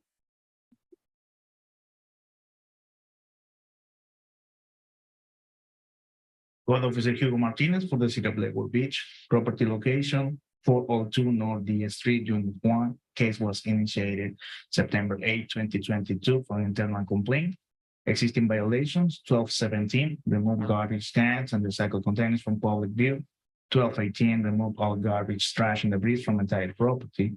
1432 and 1435, please apply and obtain City of Lake Worth Beach business license and schedule and pass use and occupancy inspection for Ray Harrison, Brian, and Ray Henson, John co-owner.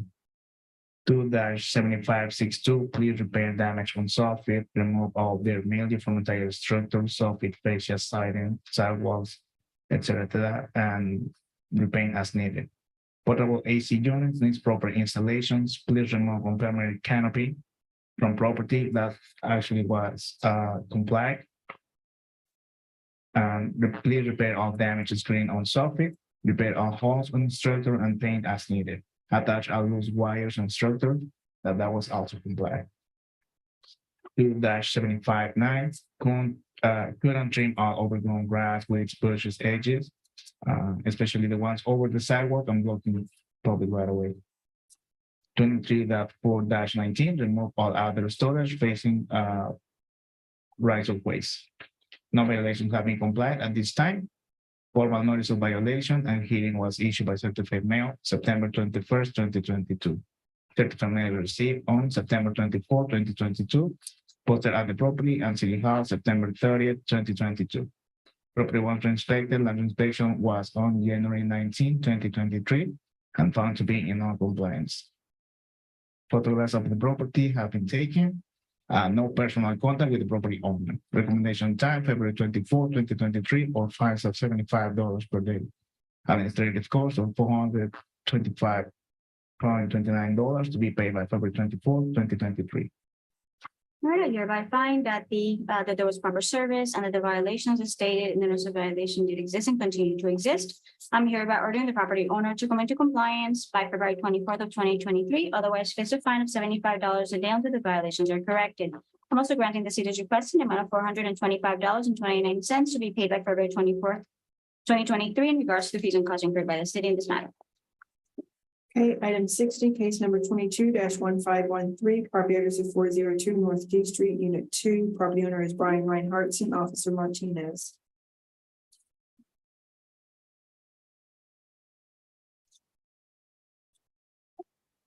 Officer Hugo Martinez for the city of Lakewood Beach.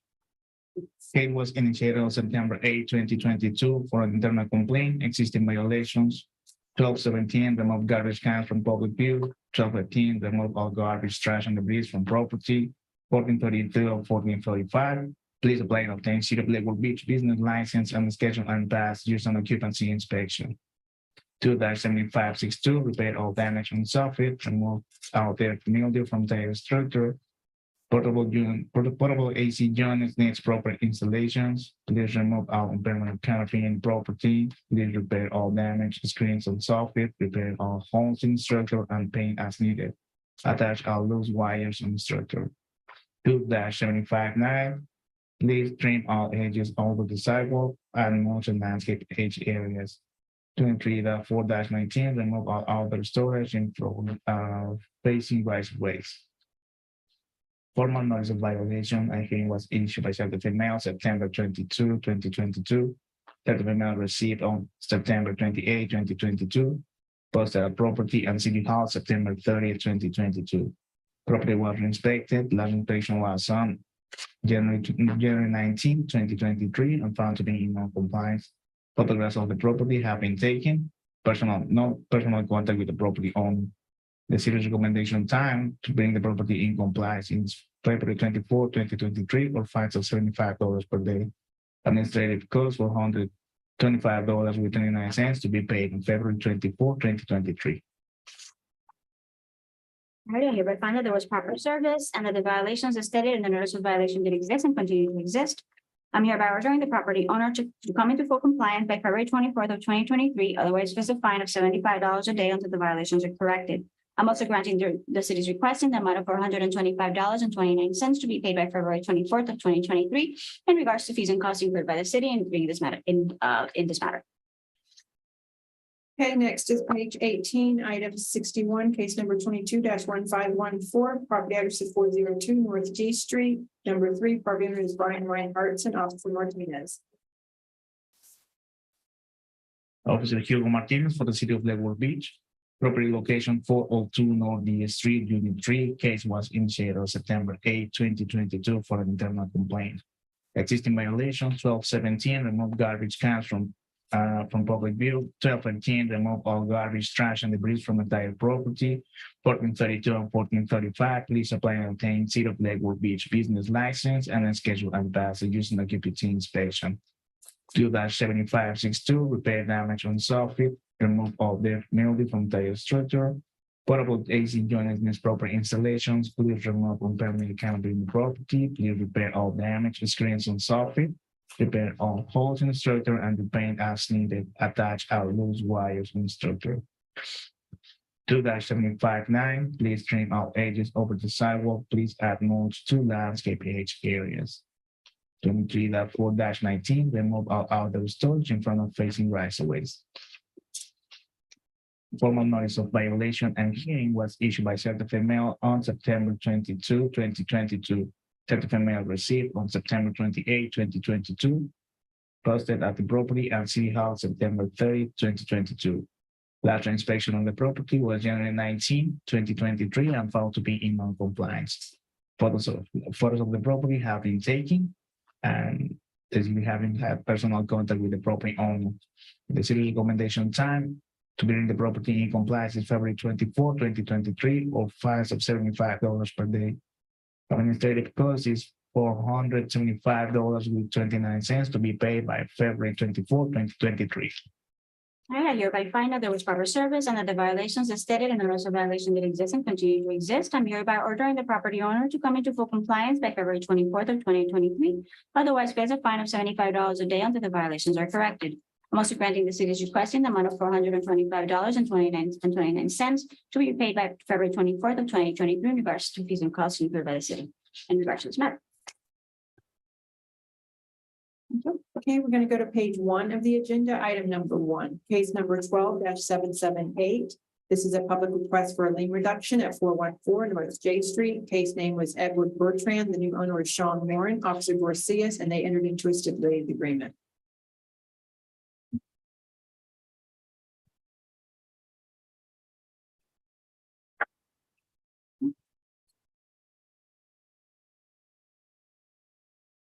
Greetings, Code Officer Fedleen Dorcias, for the City of Lake Worth Beach Code Division.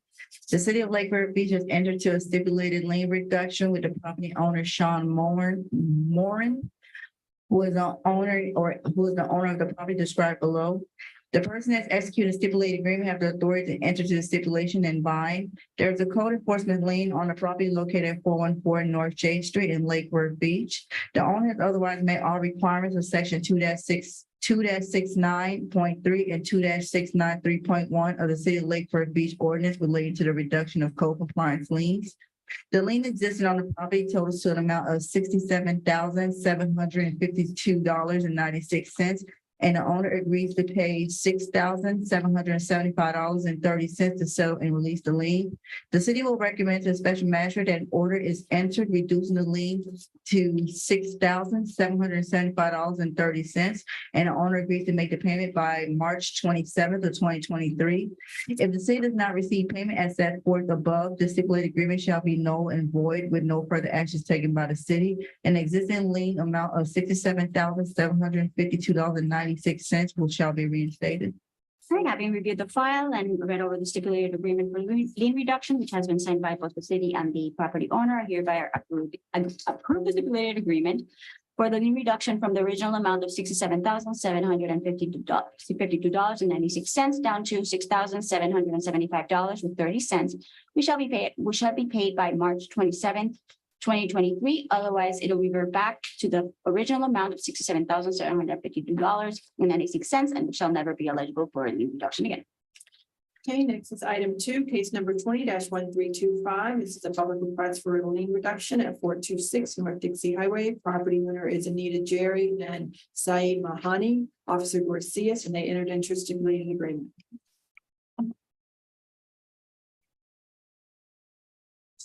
Code Officer Fedleen Dorcias, the City of Lake Worth Beach. The City of Lake Worth Beach and the property owner, Anita Gary and Saeed Mahogany, Is the owner or agent of the property described below, that the person executing stipulated agreement have the authority to enter into this agreement and is binding. There's a code enforcement lien on property located at 426 North Dixie Highway in Lake Worth Beach. The owner has otherwise met all requirements of section 2-69.3 and 2-693.1 of the City of Code Compliance Ordinance related to reduction of code enforcement liens. The lien existence of the property totals to the amount of $41,400, and the owner agrees to pay $4,140 to settle and release the lien. The city will recommend to the special magistrate that an order be entered reducing the lien to $4,148, and the owner agrees to make a payment by March 27th of 2023. If the city does not receive the payment as set forth above, the stipulated agreement shall be null and void with no further action taken by the city. And the existing lien amount of $41,400 shall be reinstated.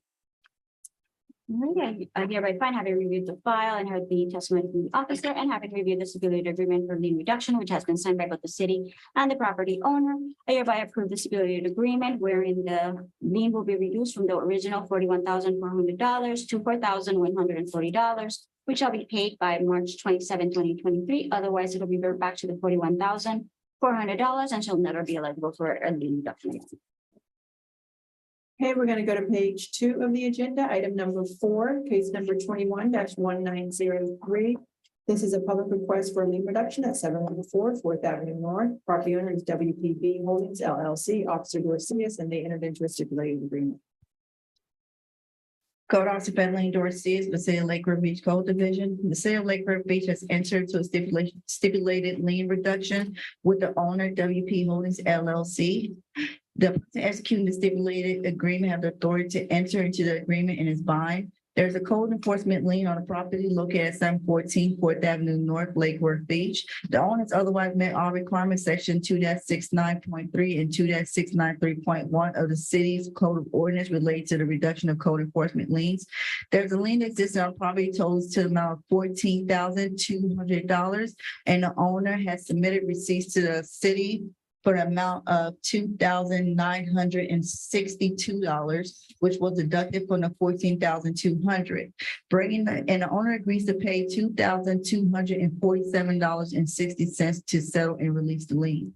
The city will recommend to the special magistrate that an order be entered reducing the lien to $2,247.60, and the owner agrees to make the payment by February 27th of 2023. If the city does not receive payment as set forth above, the stipulation agreement shall be null and void with no further action taken by the city, and the existing lien amount of $14,200 shall be reinstated. I hereby find, having reviewed the file and read over the stipulated agreement for lien reduction, having been signed by by the property owner and the city, that the lien shall be reduced from the original $14,200 down to $2,247.60, which shall be due and payable by February 27th of 2023. Otherwise, it'll revert back to the $14,200, which will never be eligible for a lien reduction again. Okay, next is item 5, case number 22-92. This is a public request for a lien reduction at 523 North M Street. Property owner is 6472 Selleck Street Associates LLC, Officer Dorcius, and they entered into a stipulated agreement. Code Officer Federline Dorcius, the City of Lake River Beach Code Division. The City of Lake River Beach and the property owner 6472 Selleck Street Associates LLC is the owner of the property described below, that the person it's executed a stipulated agreement, have the authority to enter into this agreement and bind. There's a code enforcement lien on the property located at 523 North M Street in Lake Worth Beach. The owner has otherwise met all requirements of section 2-69.3 and 2-693.1 of the city code ordinance relating to reduction of code enforcement liens. There is a lien existing on a property total to the amount of $10,800. The owner has submitted receipts to the city for the amount of $11,432.64, which was deducted from the existing lien amount of $10,800. The owner agrees to make a payment of $0 to settle and release the lien. The city will recommend to the special magistrate that an order be entered reducing the lien to $0. All right, having reviewed the file and read over the stipulated agreement of lien reduction, which was signed by the city and the property owner, I'm going to approve the stipulated agreement wherein the original lien amount of $10,800 will be reduced to $0 in light of the payments, proof of payments of the repairs made and the stipulated agreement between the parties.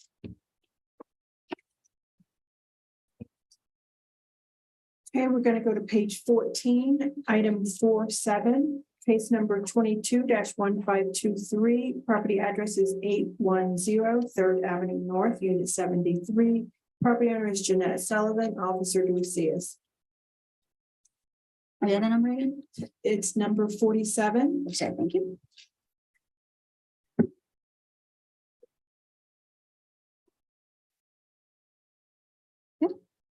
Code Officer Bedleen Dorcia with City of Lake Beach Code Division, case number 22-1523. Owner's name is Jeanette Sullivan. Owner's address 73 3rd Avenue North in Lake Beach. Property location 810 3rd Avenue North, Unit 73.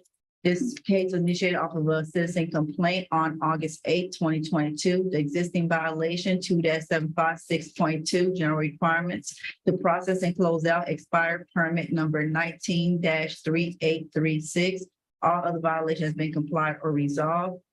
Formal notice of violation was issued via certified mail on September 12, 2022. The certified mail was not received. The property in City Hall was posted on September 15th of 2022. The property was last re-inspected on January 24th of 2023. Photographs of the property has been taken. The city had no personal contact with the owner. The recommendation time of voluntary compliance would be April 26th of 2023, or pay a fine of $35 per day, plus the admin cost of $425.29 to be paid by April 26th of 2023. All right, hereby find that there was proper service and that the violation stated and the notice of violation did exist. However, the storage and accumulation one has been resolved. In regards to the existing violations, I'm going to order the property owner to come into full compliance by April 27th of 2023. Otherwise, pays a fine of $75 a day until the violations are corrected. I'm also granting the city's request in the amount of $425.29, which shall be paid by April 27th of 2023. In regards to fees and costs incurred by the city in this matter. April 27th. April 27th, yeah.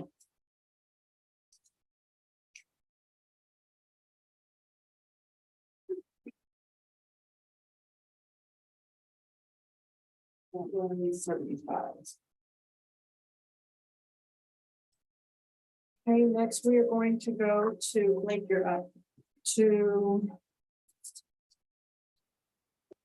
page 5 of the agenda. Item number 18, case number 11-179. This is a public request for a lien reduction at 617 Royal Palm Drive. Case name was Alirio Torres. The new owner is Jose de Leon, Officer Pierre, and they entered into a stipulated agreement. Thank you.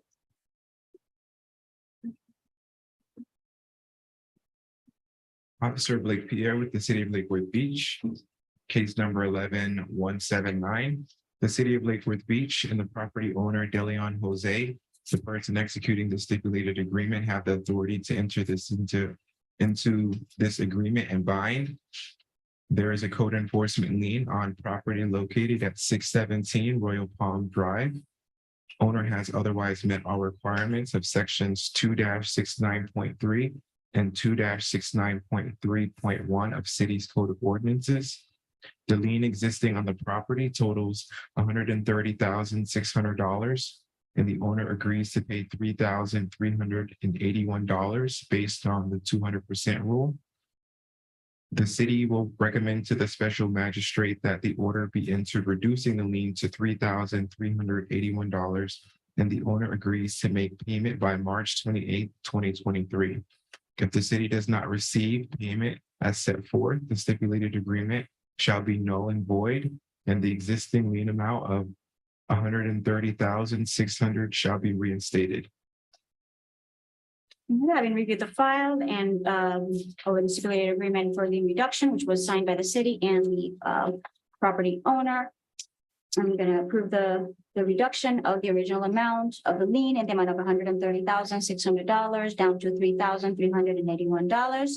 Which shall be paid by March 28th of 2023. Otherwise, it will revert back to the original $130,600 and shall never be eligible for reduction again.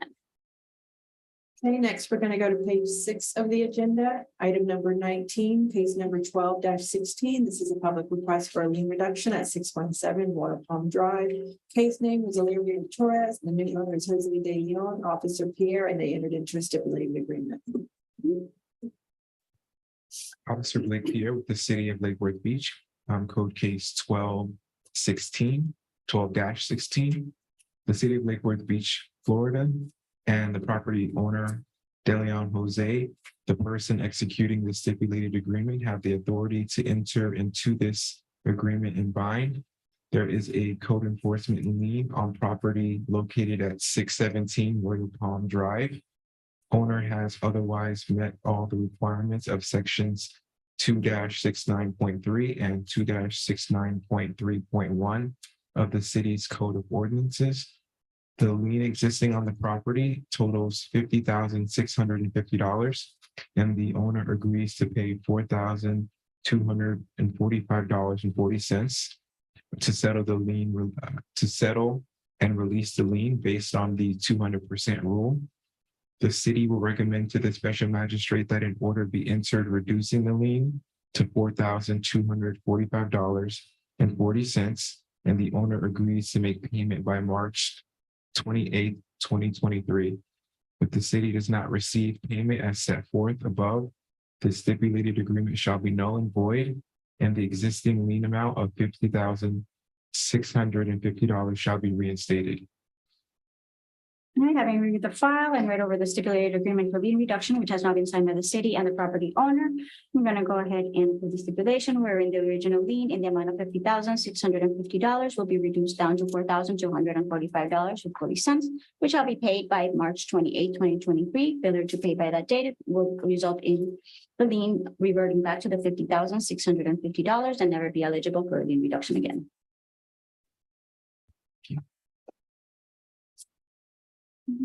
Okay, we're going to go to page 18, item number 62, case number 22-630, property address of 1418 South B Street. Property owner is Kelly L. Brevnick, Officer Pierre.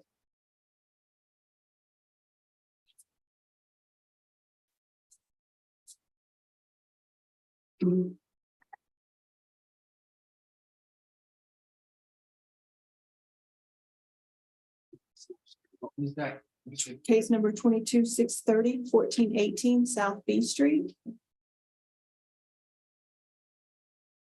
Oh, yes, sorry.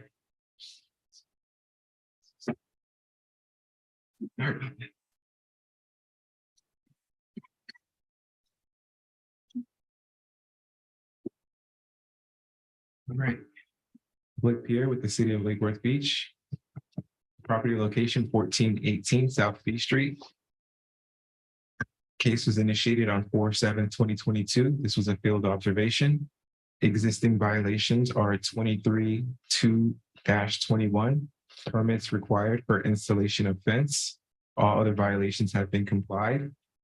Formal notice of violation and hearing was issued via certified mail on 8/16/2022. Certified mail was received on 8/20/2022. Property was posted and City Hall was posted on 8/19/2022.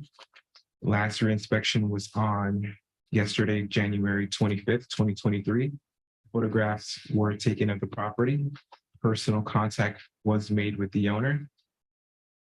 The city is recommending that the owner be given until 4/27/2023 or fines of $50 per day plus the administrative cost of 4/25/29 be paid by 4/27/2023. All right, yeah, I found that there was proper service and that the violations, the notice of violation did exist. Two of which have been complied with, and one which is still pending, which is the one regarding the permits for the fence. I'm hereby ordering the property owner to come into full compliance by April 27th of 2023. Otherwise, face a fine of $50 a day until the violations are corrected. Also granting the city's request in the amount of $425.29 to be paid by April 27th of 2023 in regards to fees and costs incurred by the city in this matter. Okay, item 63, case number 22-877, property address of 1208 Third Avenue South. Property owner is the estate of Arlene Wren, Officer Pierre.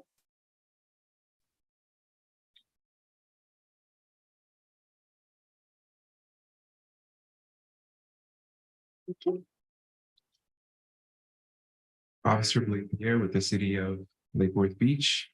Property location is 1208 Third Avenue South. This was a field observation.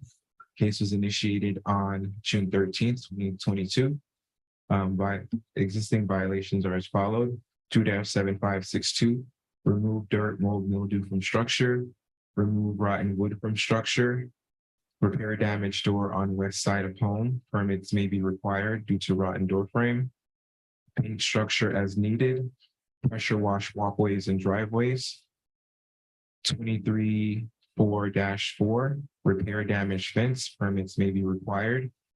All other violations have been resolved. A notice of violation hearing was issued via certified mail on October 26, 2022. Certified mail was in transit. Property posted and City Hall posted on November 1st, 2022. Last reinspection was yesterday, January 25th, 2023. Photographs were taken of the property and personal contact was made with the owner.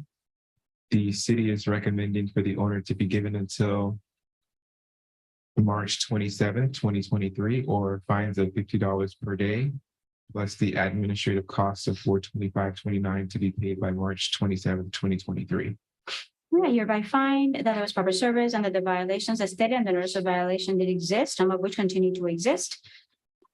And some of them had resolved pending our LWCO 2-75.6.2 and LWCO 223.4-14 subsection E. The property owner shall come into full compliance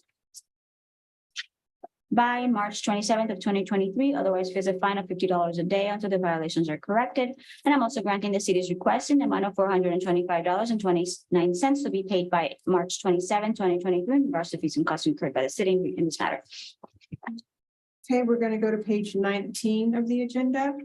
Item number 65, case number 22-1481, property address of 1408 South D Street. Property owner is Thomas Felipe, Officer Pierre.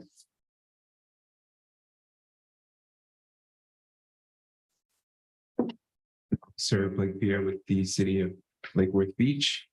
Property location is 1408 South D Street.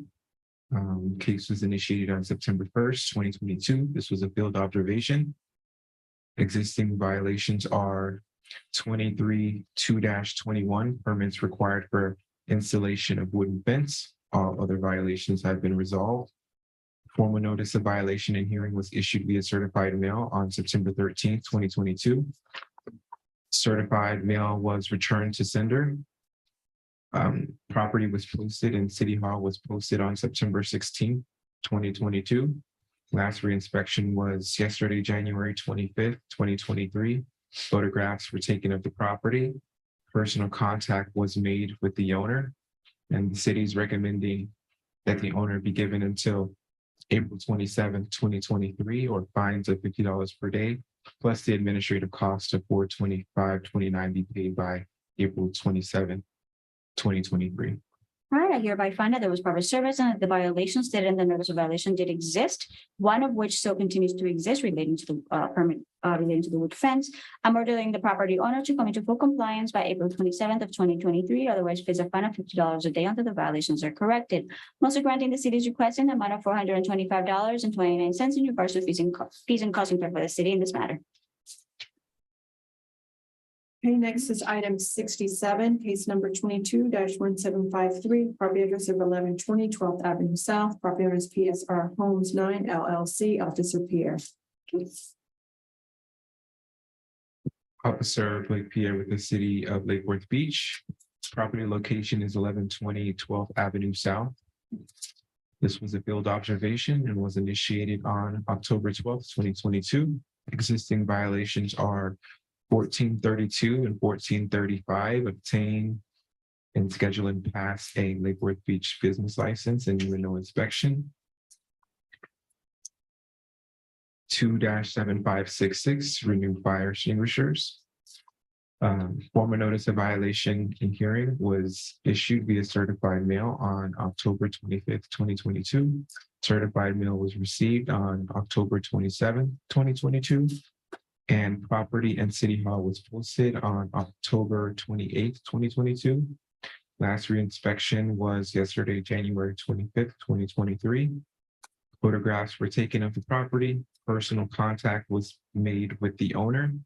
And the city is recommending that the owner be given until February 27th, 2023, or fines of $75 per day, plus the administrative cost of $425.29 be paid by February 27th, 2023.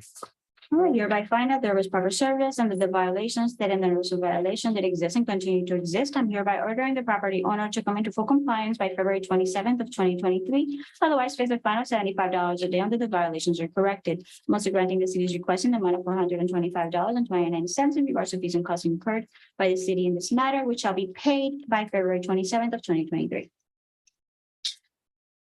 Okay, we're going to go to page 20. Item 69, case number 22-1785, property address of 1121 South C Street, property owner is Yakov Kazo Cohen, Officer Pierre.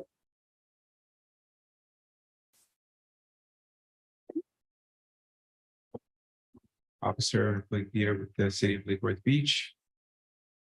Property location is 1121 South C Street. This was a field observation. Case was initiated October 13th, 2022. Existing violations are 1218, remove all garbage, trash, debris from property. 1432, 1435, obtain City of Lake Worth Beach business license and pass a use and occupancy inspection for Cohen Yakov Kazo. 27562, remove dirt, mold, mildew from structure, repair broken windows, repair damaged light under carport, repaint peeling paint on porch, organize wires around structure. 2-759, cut and trim all overgrown grass, weeds, bushes, and hedges. 23-4-19, remove all storage from underneath carport and front yard. 23-4-4, repair damaged fence. 23-4-10, remove vehicles parked on yard.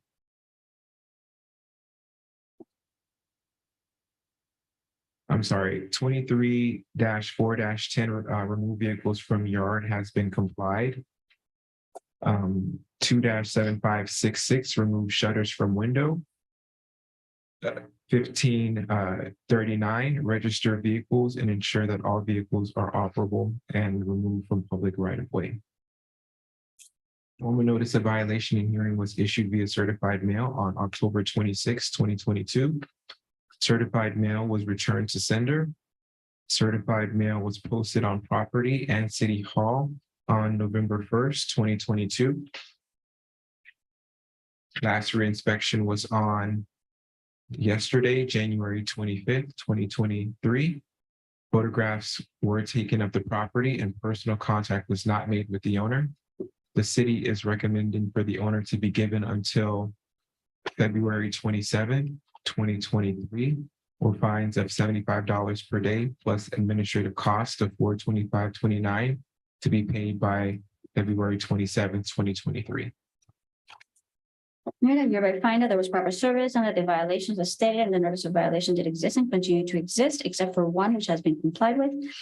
I'm going to hereby order the property owner to come into full compliance by February 27th of 2023. Otherwise, pays a fine of $75 a day until the violations are corrected.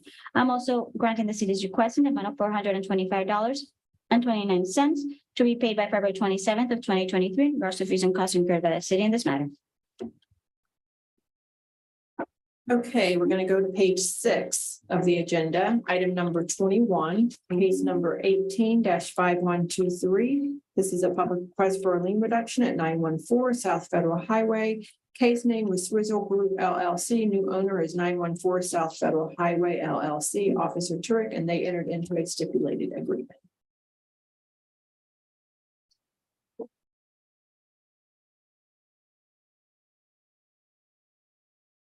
Sorry, which case? It's the 185123.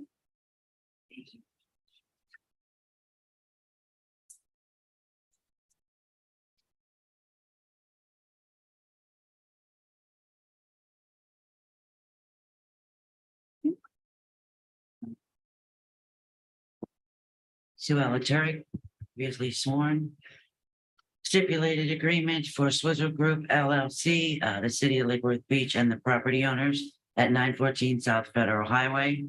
The persons executing this stipulated agreement have the authority to enter into the agreement and bind. There is a code enforcement lien on the property located 914 Lake Worth Beach, Florida. And the violations are now in compliance. The property is otherwise free of all outstanding debt due to the city. Owner does not have any other properties in the city with active code cases. The owner has met all requirements of 2-69.3 and 2-69.31. The lien existing on the property totals $264,600. And the owner agrees to pay $8,294 to settle the lien. There were 3 books of receipts and expenses that the owner and myself went through for these 3 reductions. The city will recommend to the special magistrate that an order be entered, reducing the lien to the $8,294 and have payment made by 2/27/23. If the city does not receive payment, the agreement shall be null and void and the existing lien amount will be reinstated of $264,600. Already having reviewed the file and read over the stipulated agreement for lien reduction, which has been signed by the city and the property owner. I'm going to go ahead and reduce the original lien amount from $264,600 to the $8,294, which shall be paid by February 27th of 2023. Failure to pay that amount by February 27th of 2023 will result in the lien reverting back to the full amount of $264,600 and never be eligible for a lien reduction again. Okay, item 22, case number 19-3989, public request for a lien reduction at 914 South Federal Highway. Case name was Swizzle Group LLC. New owner is 914 South Federal Highway LLC. Officer Turk, and they entered into a stipulated agreement. 19,399. Yes, ma'am. Thank you. Lateric for the city of Lake Worth Beach, previously sworn. Persons executing the stipulated agreement have the authority to enter into this agreement and bind. There is a code enforcement lien on the property located at 914 South Federal Highway, Lake Worth Beach. Property is otherwise free of all outstanding debt due to the city. The owner does not have any other properties with active code cases. Owner has otherwise met all requirements, sections 2-69.3 and 2-69.3.1. The existing lien on the property totals $73,350, and the owner agrees to pay $6,765.82 with receipts that were deducted. The city will recommend to the special magistrate that an order be entered, reducing the lien to the $6,765.82. The owner will make payment by 2/27/23. If the city does not receive payment, the existing lien will revert back to the $73,350. Okay, having reviewed the file and the stipulated agreement for lien reduction, which has now been signed by the city and the property owner, I'm going to go ahead and grant the stipulation wherein the original lien amount of $73,350 will be reduced to $6,765 with 82 cents, which shall be paid by February 27th of 2023. Otherwise, it will revert back to the full amount of $73,350 and never be eligible for a lien reduction again. Okay, we're going to go to page 7, item 23, case number 21-807, public request for a lien reduction at 914 South Federal Highway. Case name was Swizzle Group LLC. New owner is 914 South Federal Highway LLC. Officer Turk, and they entered into a stipulated agreement. So Turk for the city of Lake Worth Beach. The person executing the stipulated agreement have the authority to enter into this agreement and bind. There is a code enforcement lien on the property located at 914 South Federal Highway, Lake Worth Beach. The property is otherwise free of all outstanding debt due to the city. Owner does not have any other properties in the city with active code cases. Owner has otherwise met all requirements of 2-69.3 and 2-69.3.1. The lien existing on the property totals $366,750, and the owner agrees to $6,106.94 with several receipts. The city will recommend to the special magistrate that the order be entered, reducing the lien to $6,106.94, and the owner agrees to make payment by 2/27/23. If the city does not receive payment, the stipulated agreement will be null and void, and it shall be reverted back to the $366,750. All right, having reviewed the file and the stipulated agreement for lien reduction, which has been signed by the city and the property owner, I hereby reduce the original amount of the lien in the amount of $366,750 to $6,106.94, which shall be paid by February 27th of 2023. Otherwise, the amount will revert back to the original amount of $366,750 and never be eligible for a lien reduction again. Okay, item 24, case number 21-2752, public request for a lien reduction at 1238 South C Street. Property owners Blas Fuentes, Officer Turek, and they entered into a stipulated agreement.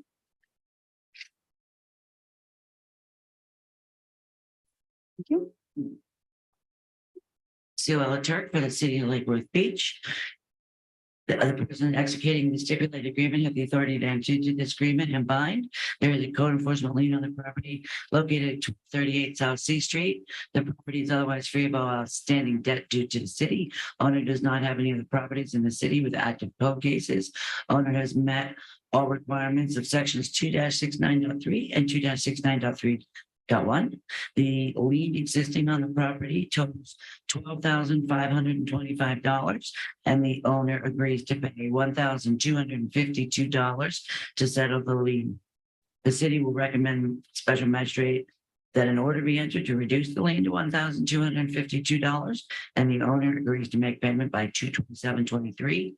If the city does not receive payment by the above date, the lien shall revert back to the original $12,525.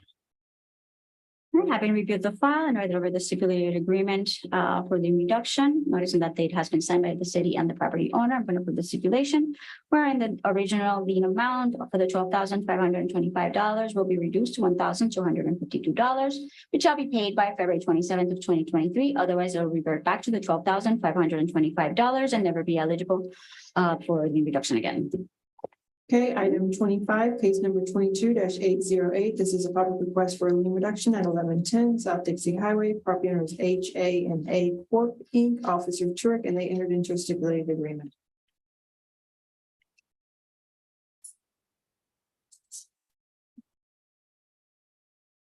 Sue Turk for the city of Lake Worth Beach. Person executing the stipulated agreement have the authority to enter into this agreement.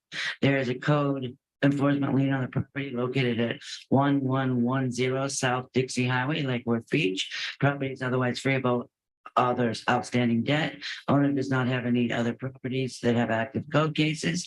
Owner has otherwise met all the requirements of section 2-69.3 and 2-69.3.1. The lien existing on the property total $4,750.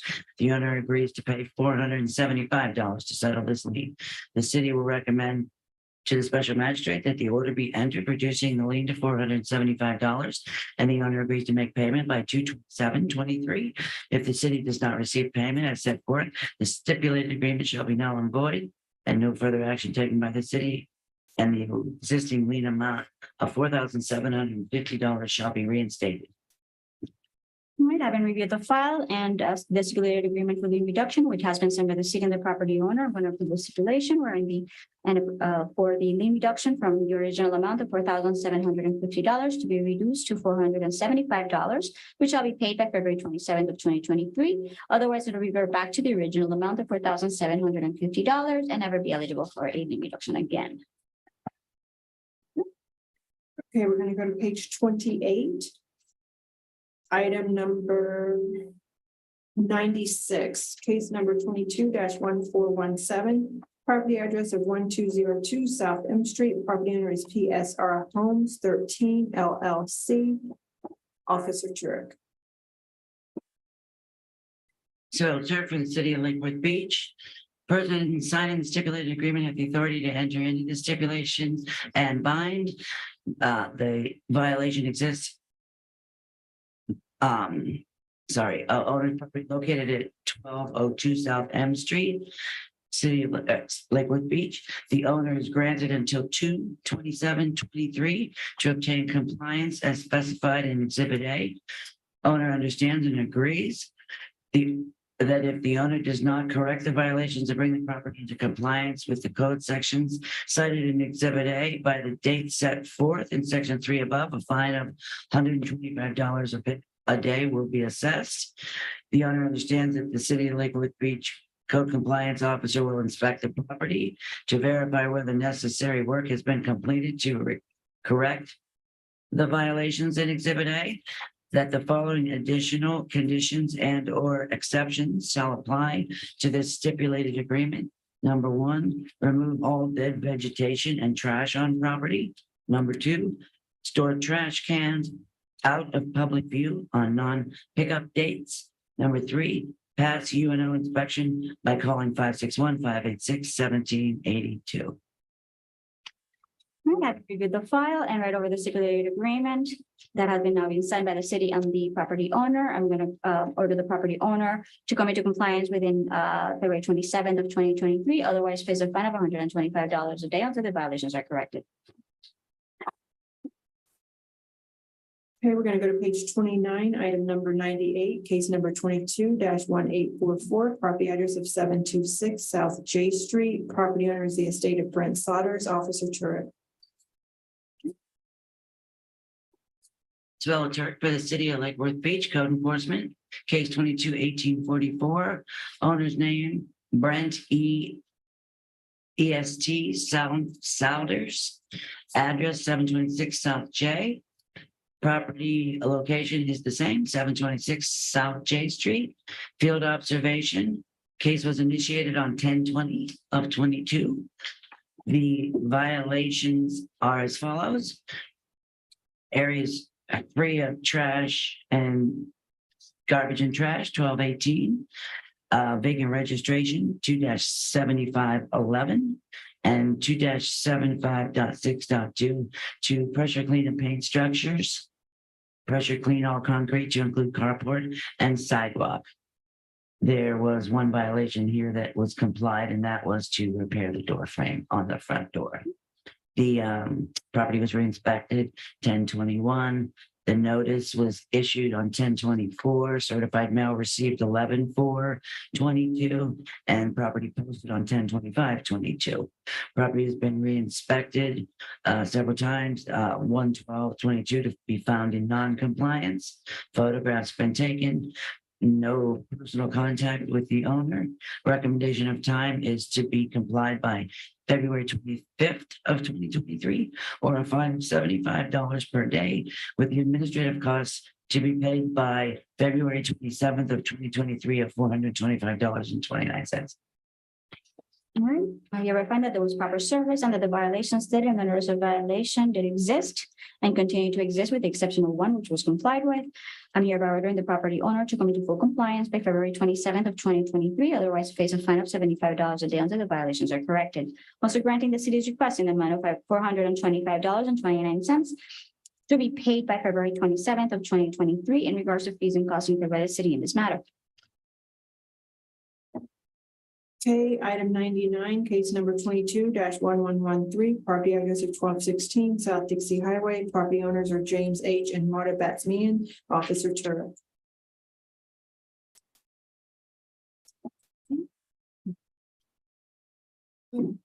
Isabella Turk for the city of Lake Worth Beach. 22-1113 is the case number. Owners James and Marta Batsmian. Address is INV Ltd, care of 215 North Federal Highway, Boca Raton. Property location 1216 South Dixie Highway. Case was initiated on 7/26/22. The violations are as follows.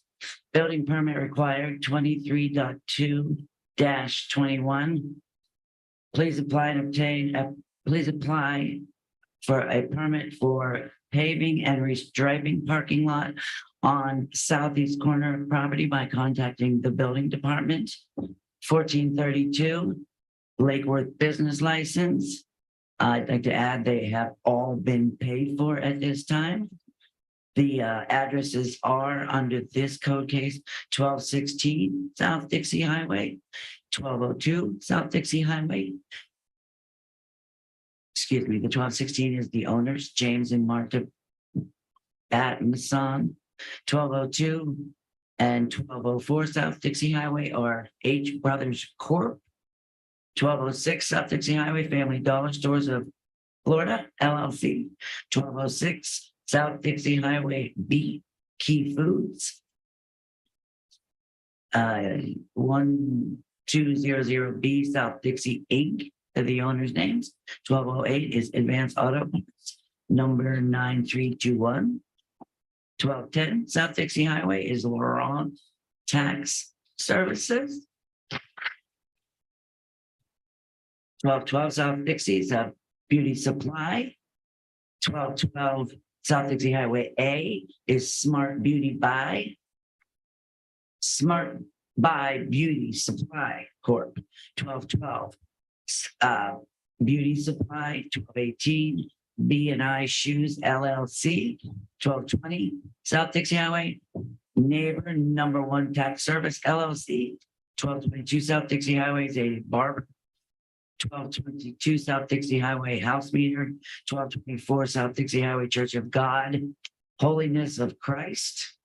1226 South Dixie Highway Joe Mart Thrift Shop. 1230 South Dixie Highway Le Bon Gout Restaurant. 1232 South Dixie Highway Sun Ho Ho Restaurant. 1300 South Dixie Highway is C Cali Marketplace. 703 12th Avenue South is a Zenith Consulting and Financial Repair, I believe. And 705 12th Avenue South is under 1200 South Dixie Highway. 1435, violation 14-35, all businesses and the owner need to schedule and pass a use and occupancy inspection. All other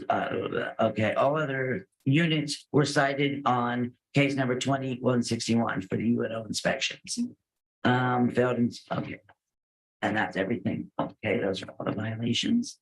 Re-inspected on 9/8/22. Formal notice of violation for hearing was 9/8/22. Certified mail received 9/10/22. Certified property was posted on 9/9/22. There has been a compliance extension from November 17, 2022 until today, January 26th, 2023. Photographs were taken of the property. I have had personal contact with the property manager. The city requests 30 days to resubmit permits. These are the permit numbers, 22-3498, that's for the paving. And permit number 21-2127 is for the dumpster. And that 30-day would be on February 27th, 2023. And then the recommendation for total compliance, it's going to be 60 days from today. And that date is March 27th, 2023. Total compliance, permits approved and picked up, and all UNOs scheduled and passed. Right, that was a lot, but I followed it. Yes, All right. They're the best for last. No, I actually surprisingly got all.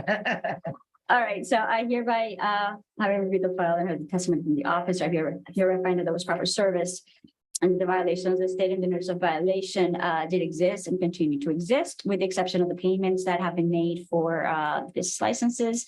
However, the inspections are still pending and there are two permits that need to be addressed.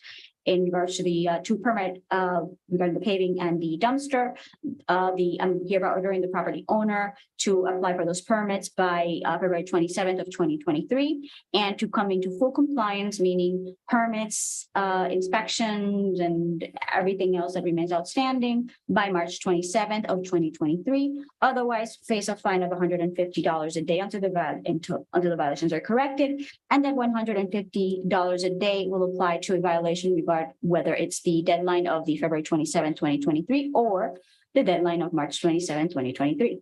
In addition to the order for compliance, I'm also granting the city's request in the amount of $425.29 in regards to fees and costs incurred by the city in regards to this matter, which shall be paid by the March 27th of 2023. Okay. Thank you. Next is item 100, case number 22-1902. Property address is 1131 South L Street. Property owner is Mezuzah LLC, Officer Turek.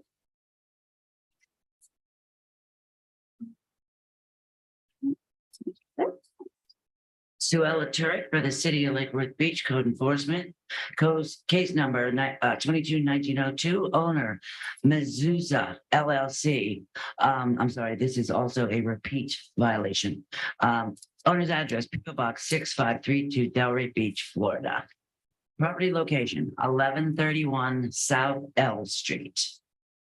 This was a field officer's observation and the case was initiated on 10/31/22. The previous order was $150 per day. So I am requesting $250 per day for 2-79, which is cut, mow, trim property and keep trimmed at all times.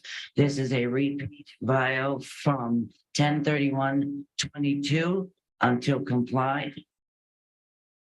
Foreclosure registration 2-75.11. To register property vacant. This particular violation is not a repeat. And I'm granting 5 days, November 20, excuse me. I don't know why I wrote that on there. I apologize. This is the vacant registration. Okay, so here goes the reinspection 10/31, formal notice 10/31/22. The certified mail is in transit. The property was posted on 11/1/22. No extension has been granted. The repeat of 2.75.9 from 10/31 until today, until complied. Photographs were taken. Personal contact is a no. The city is requesting recommendation of time, February 6th, 2023 for the vacant registry. Or a fine of $250 per day. Does that make sense? Yes. Okay, So we have so the vacant registry is not it's not a repeat, but not a repeat. now my question about the repeat, because you mentioned that there was an order from October 31st of 2022 under under a different case, or is that just based off the same case number just because they haven't done it since you told them to in October? It was another case number. It was cut and clears and also code cases. It's a revolving. I just wanted to make sure that it was not exactly the same case. Yes. Thing. Perfect. And then that one, how far back are you dating that one? Which one? The repeat. The repeat, that is to cut it. So February 6th, for both of them. But since it's a repeat, because it had a prior case and in order to go ahead and comply it, is the request for when the violation for that repeat started, when they were cited, what's that date? That date is 10/31/22. Okay, got it. Until complied. And it's out of compliance still. And it's still out of compliance. Got it. All righty. Having reviewed the file and heard the testimony from the code officer, I hereby find that there was proper service and that the violations stating the notice of violation did exist and continue to exist, and that one of the violations is a repeat violation, and that one was cited back on October 31st of 2022. The city is requesting a $250 a day as for the repeat violation, and as such, I'm going to go ahead and grant that request. That $250 a day will begin to accrue since the October 31st, 2022 date until it is in full compliance. In addition, in regards to the other one was the foreclosure registration. I'm going to go ahead and give the property owner until February 6, 2023 to come into compliance, otherwise face a fine. How much were you requesting on that one? That fine, 75? let's see. Let's do 75 because I'm not seeing. Okay, Let's do $75 a day. If not comply with by February 6, 2023. And I'm also granting the city's request in the amount of the $425.29 in regards to fees and costs incurred by the city regarding this matter, which shall be paid by February 6, 2023. thank you. All right, thank you.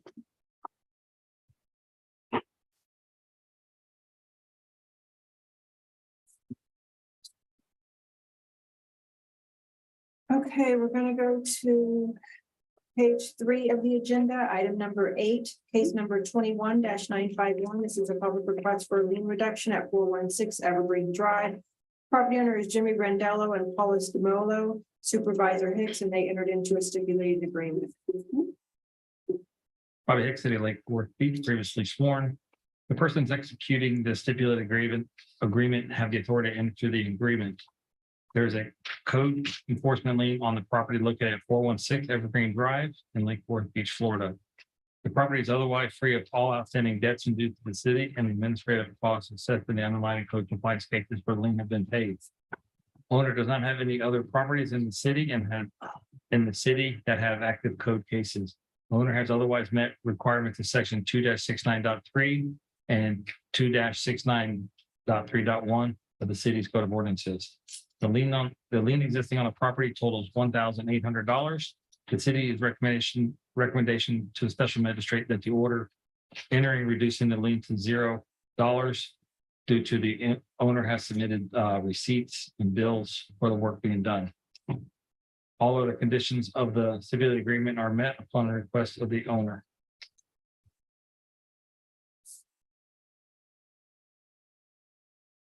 All right, having reviewed the file and read over the stipulated agreement for lien reduction, which has been signed by both the city and the property owner, I'm going to go ahead and approve the same, wherein the original lien amount of $1,800 will be reduced to $0.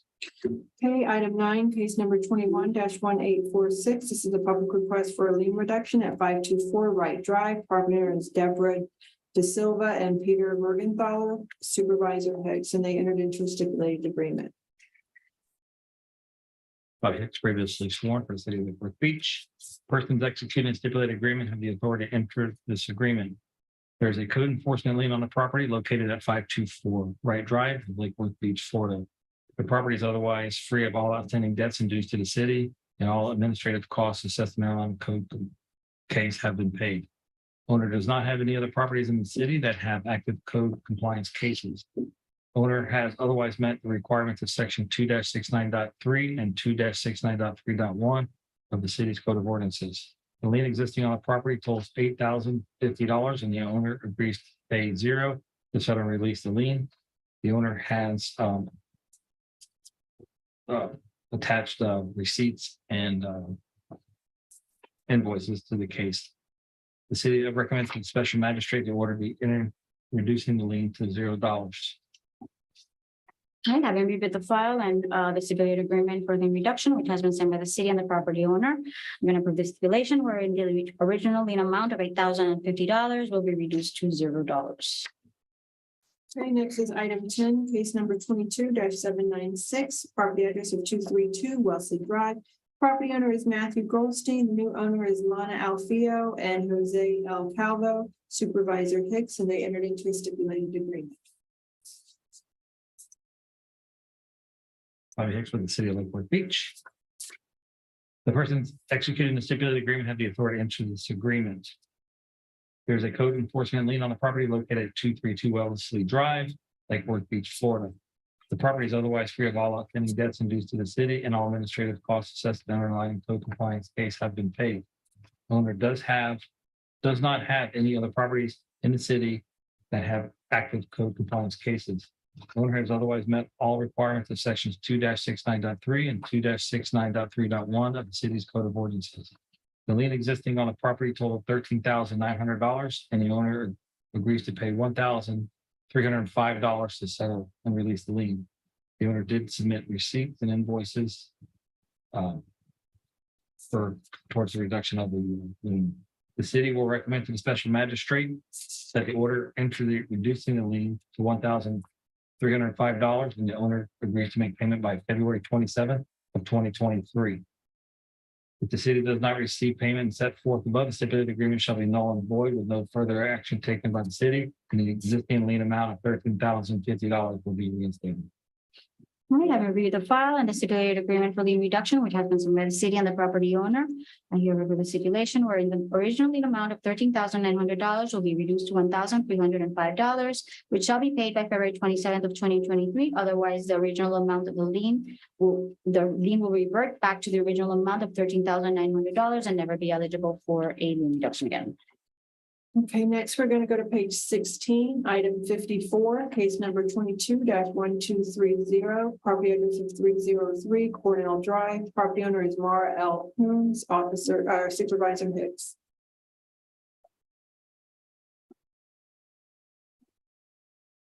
I have the city of Lake Worth Beach, case number 22-1230, owner Maura Coons, address 303 Cornell Drive. Property location of the violation is also 303 Cornell Drive. This was on a citizen complaint that was initiated on 8/9 of 2022 for the existing violations of 23.4-11. Recreational vehicle must be parked or stored behind front property line and screened from adjacent properties.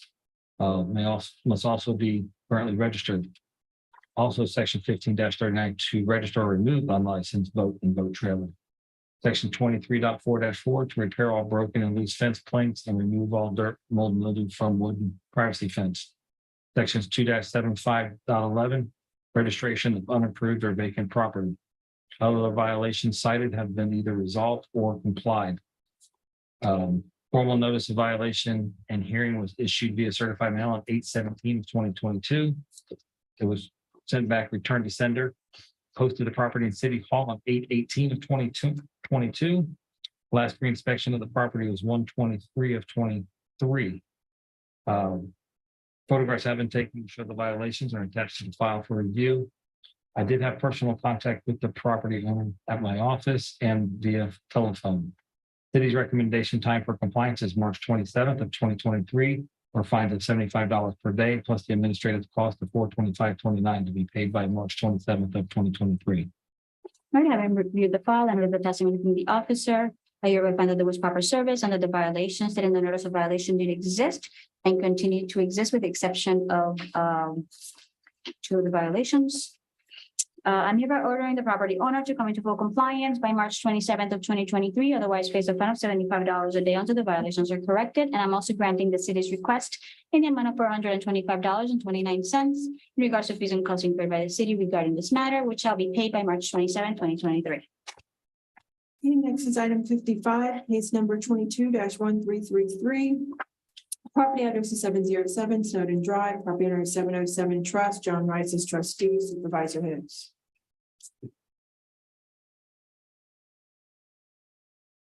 Property Hicks, City of Lake Worth Beach.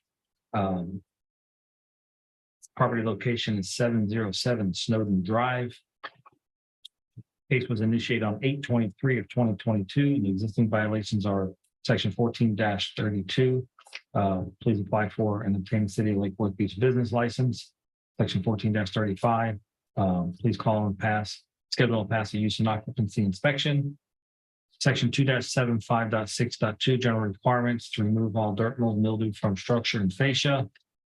Paint all unpainted fascia on structure. Sidewalks and driveways, walkways, stairs, driveways, parking spaces, and similar shall be kept in proper state of repair. Permit will be required. Please call the building department. Section 23.2-21, permits required for installation of shed in rear yard. Section 23.4-10, parking prohibited on all landscape areas. All other violations have been complied. Now, formal notice of violation by hearing was issued certified mail 8/23 of 2022. Certified mail was returned to sender, posted a property in City Hall on 8/26 of 2022. Last reinspection on the property was 1/23 of 2023. Photographs have been taken or in file for review. I did have personal contact with Mr. Rice. City's recommendation time for compliance is April 26th of 2023, or fines of $100 per day, plus the administrative cost of $425.29 to be paid by April 26th of 2023. The permit is in plan review for the shed. Okay. And is attached into the file. All right, having reviewed the file and heard the testimony from the code officer, I hereby find that there was proper service and that the violations stated in the notice of violation did exist and continue to exist with the exception of a handful of them. I'm hereby ordering the property owner to come into full compliance by April 26, 2023, otherwise pays a fine of $100 a day until the violations are corrected, and also granting the city's request in the amount of $425.29 for fees and costs incurred by the city in bringing this matter, in addressing this matter. And that shall be paid by April 26th of 2023. Okay, next, we're gonna go to the authorization of foreclosure agenda. Krista Simmons, City of Lake Worth Beach. For the record, the following case numbers, all orders have been recorded for more than 90 days. Case number 21-66, case number 21-1300, case number 21-1499, case number 21-1544, case number 21-2140, case number 21-2419, case number 22-52, that's 52, case number 22-56, case number 22-125, case number 22-136, case number 22-310, case number 22-329, case number 22-442, case number 22-463, case number 22-483, case number 22-777, case number 22-916, and case number 22-932. The city is requesting authorization of foreclosure be given. All right, in light that these have been filed for over 90 days, I hereby authorize the city to go ahead and proceed with foreclosure proceedings. That shall conclude our agenda for today. Thank you.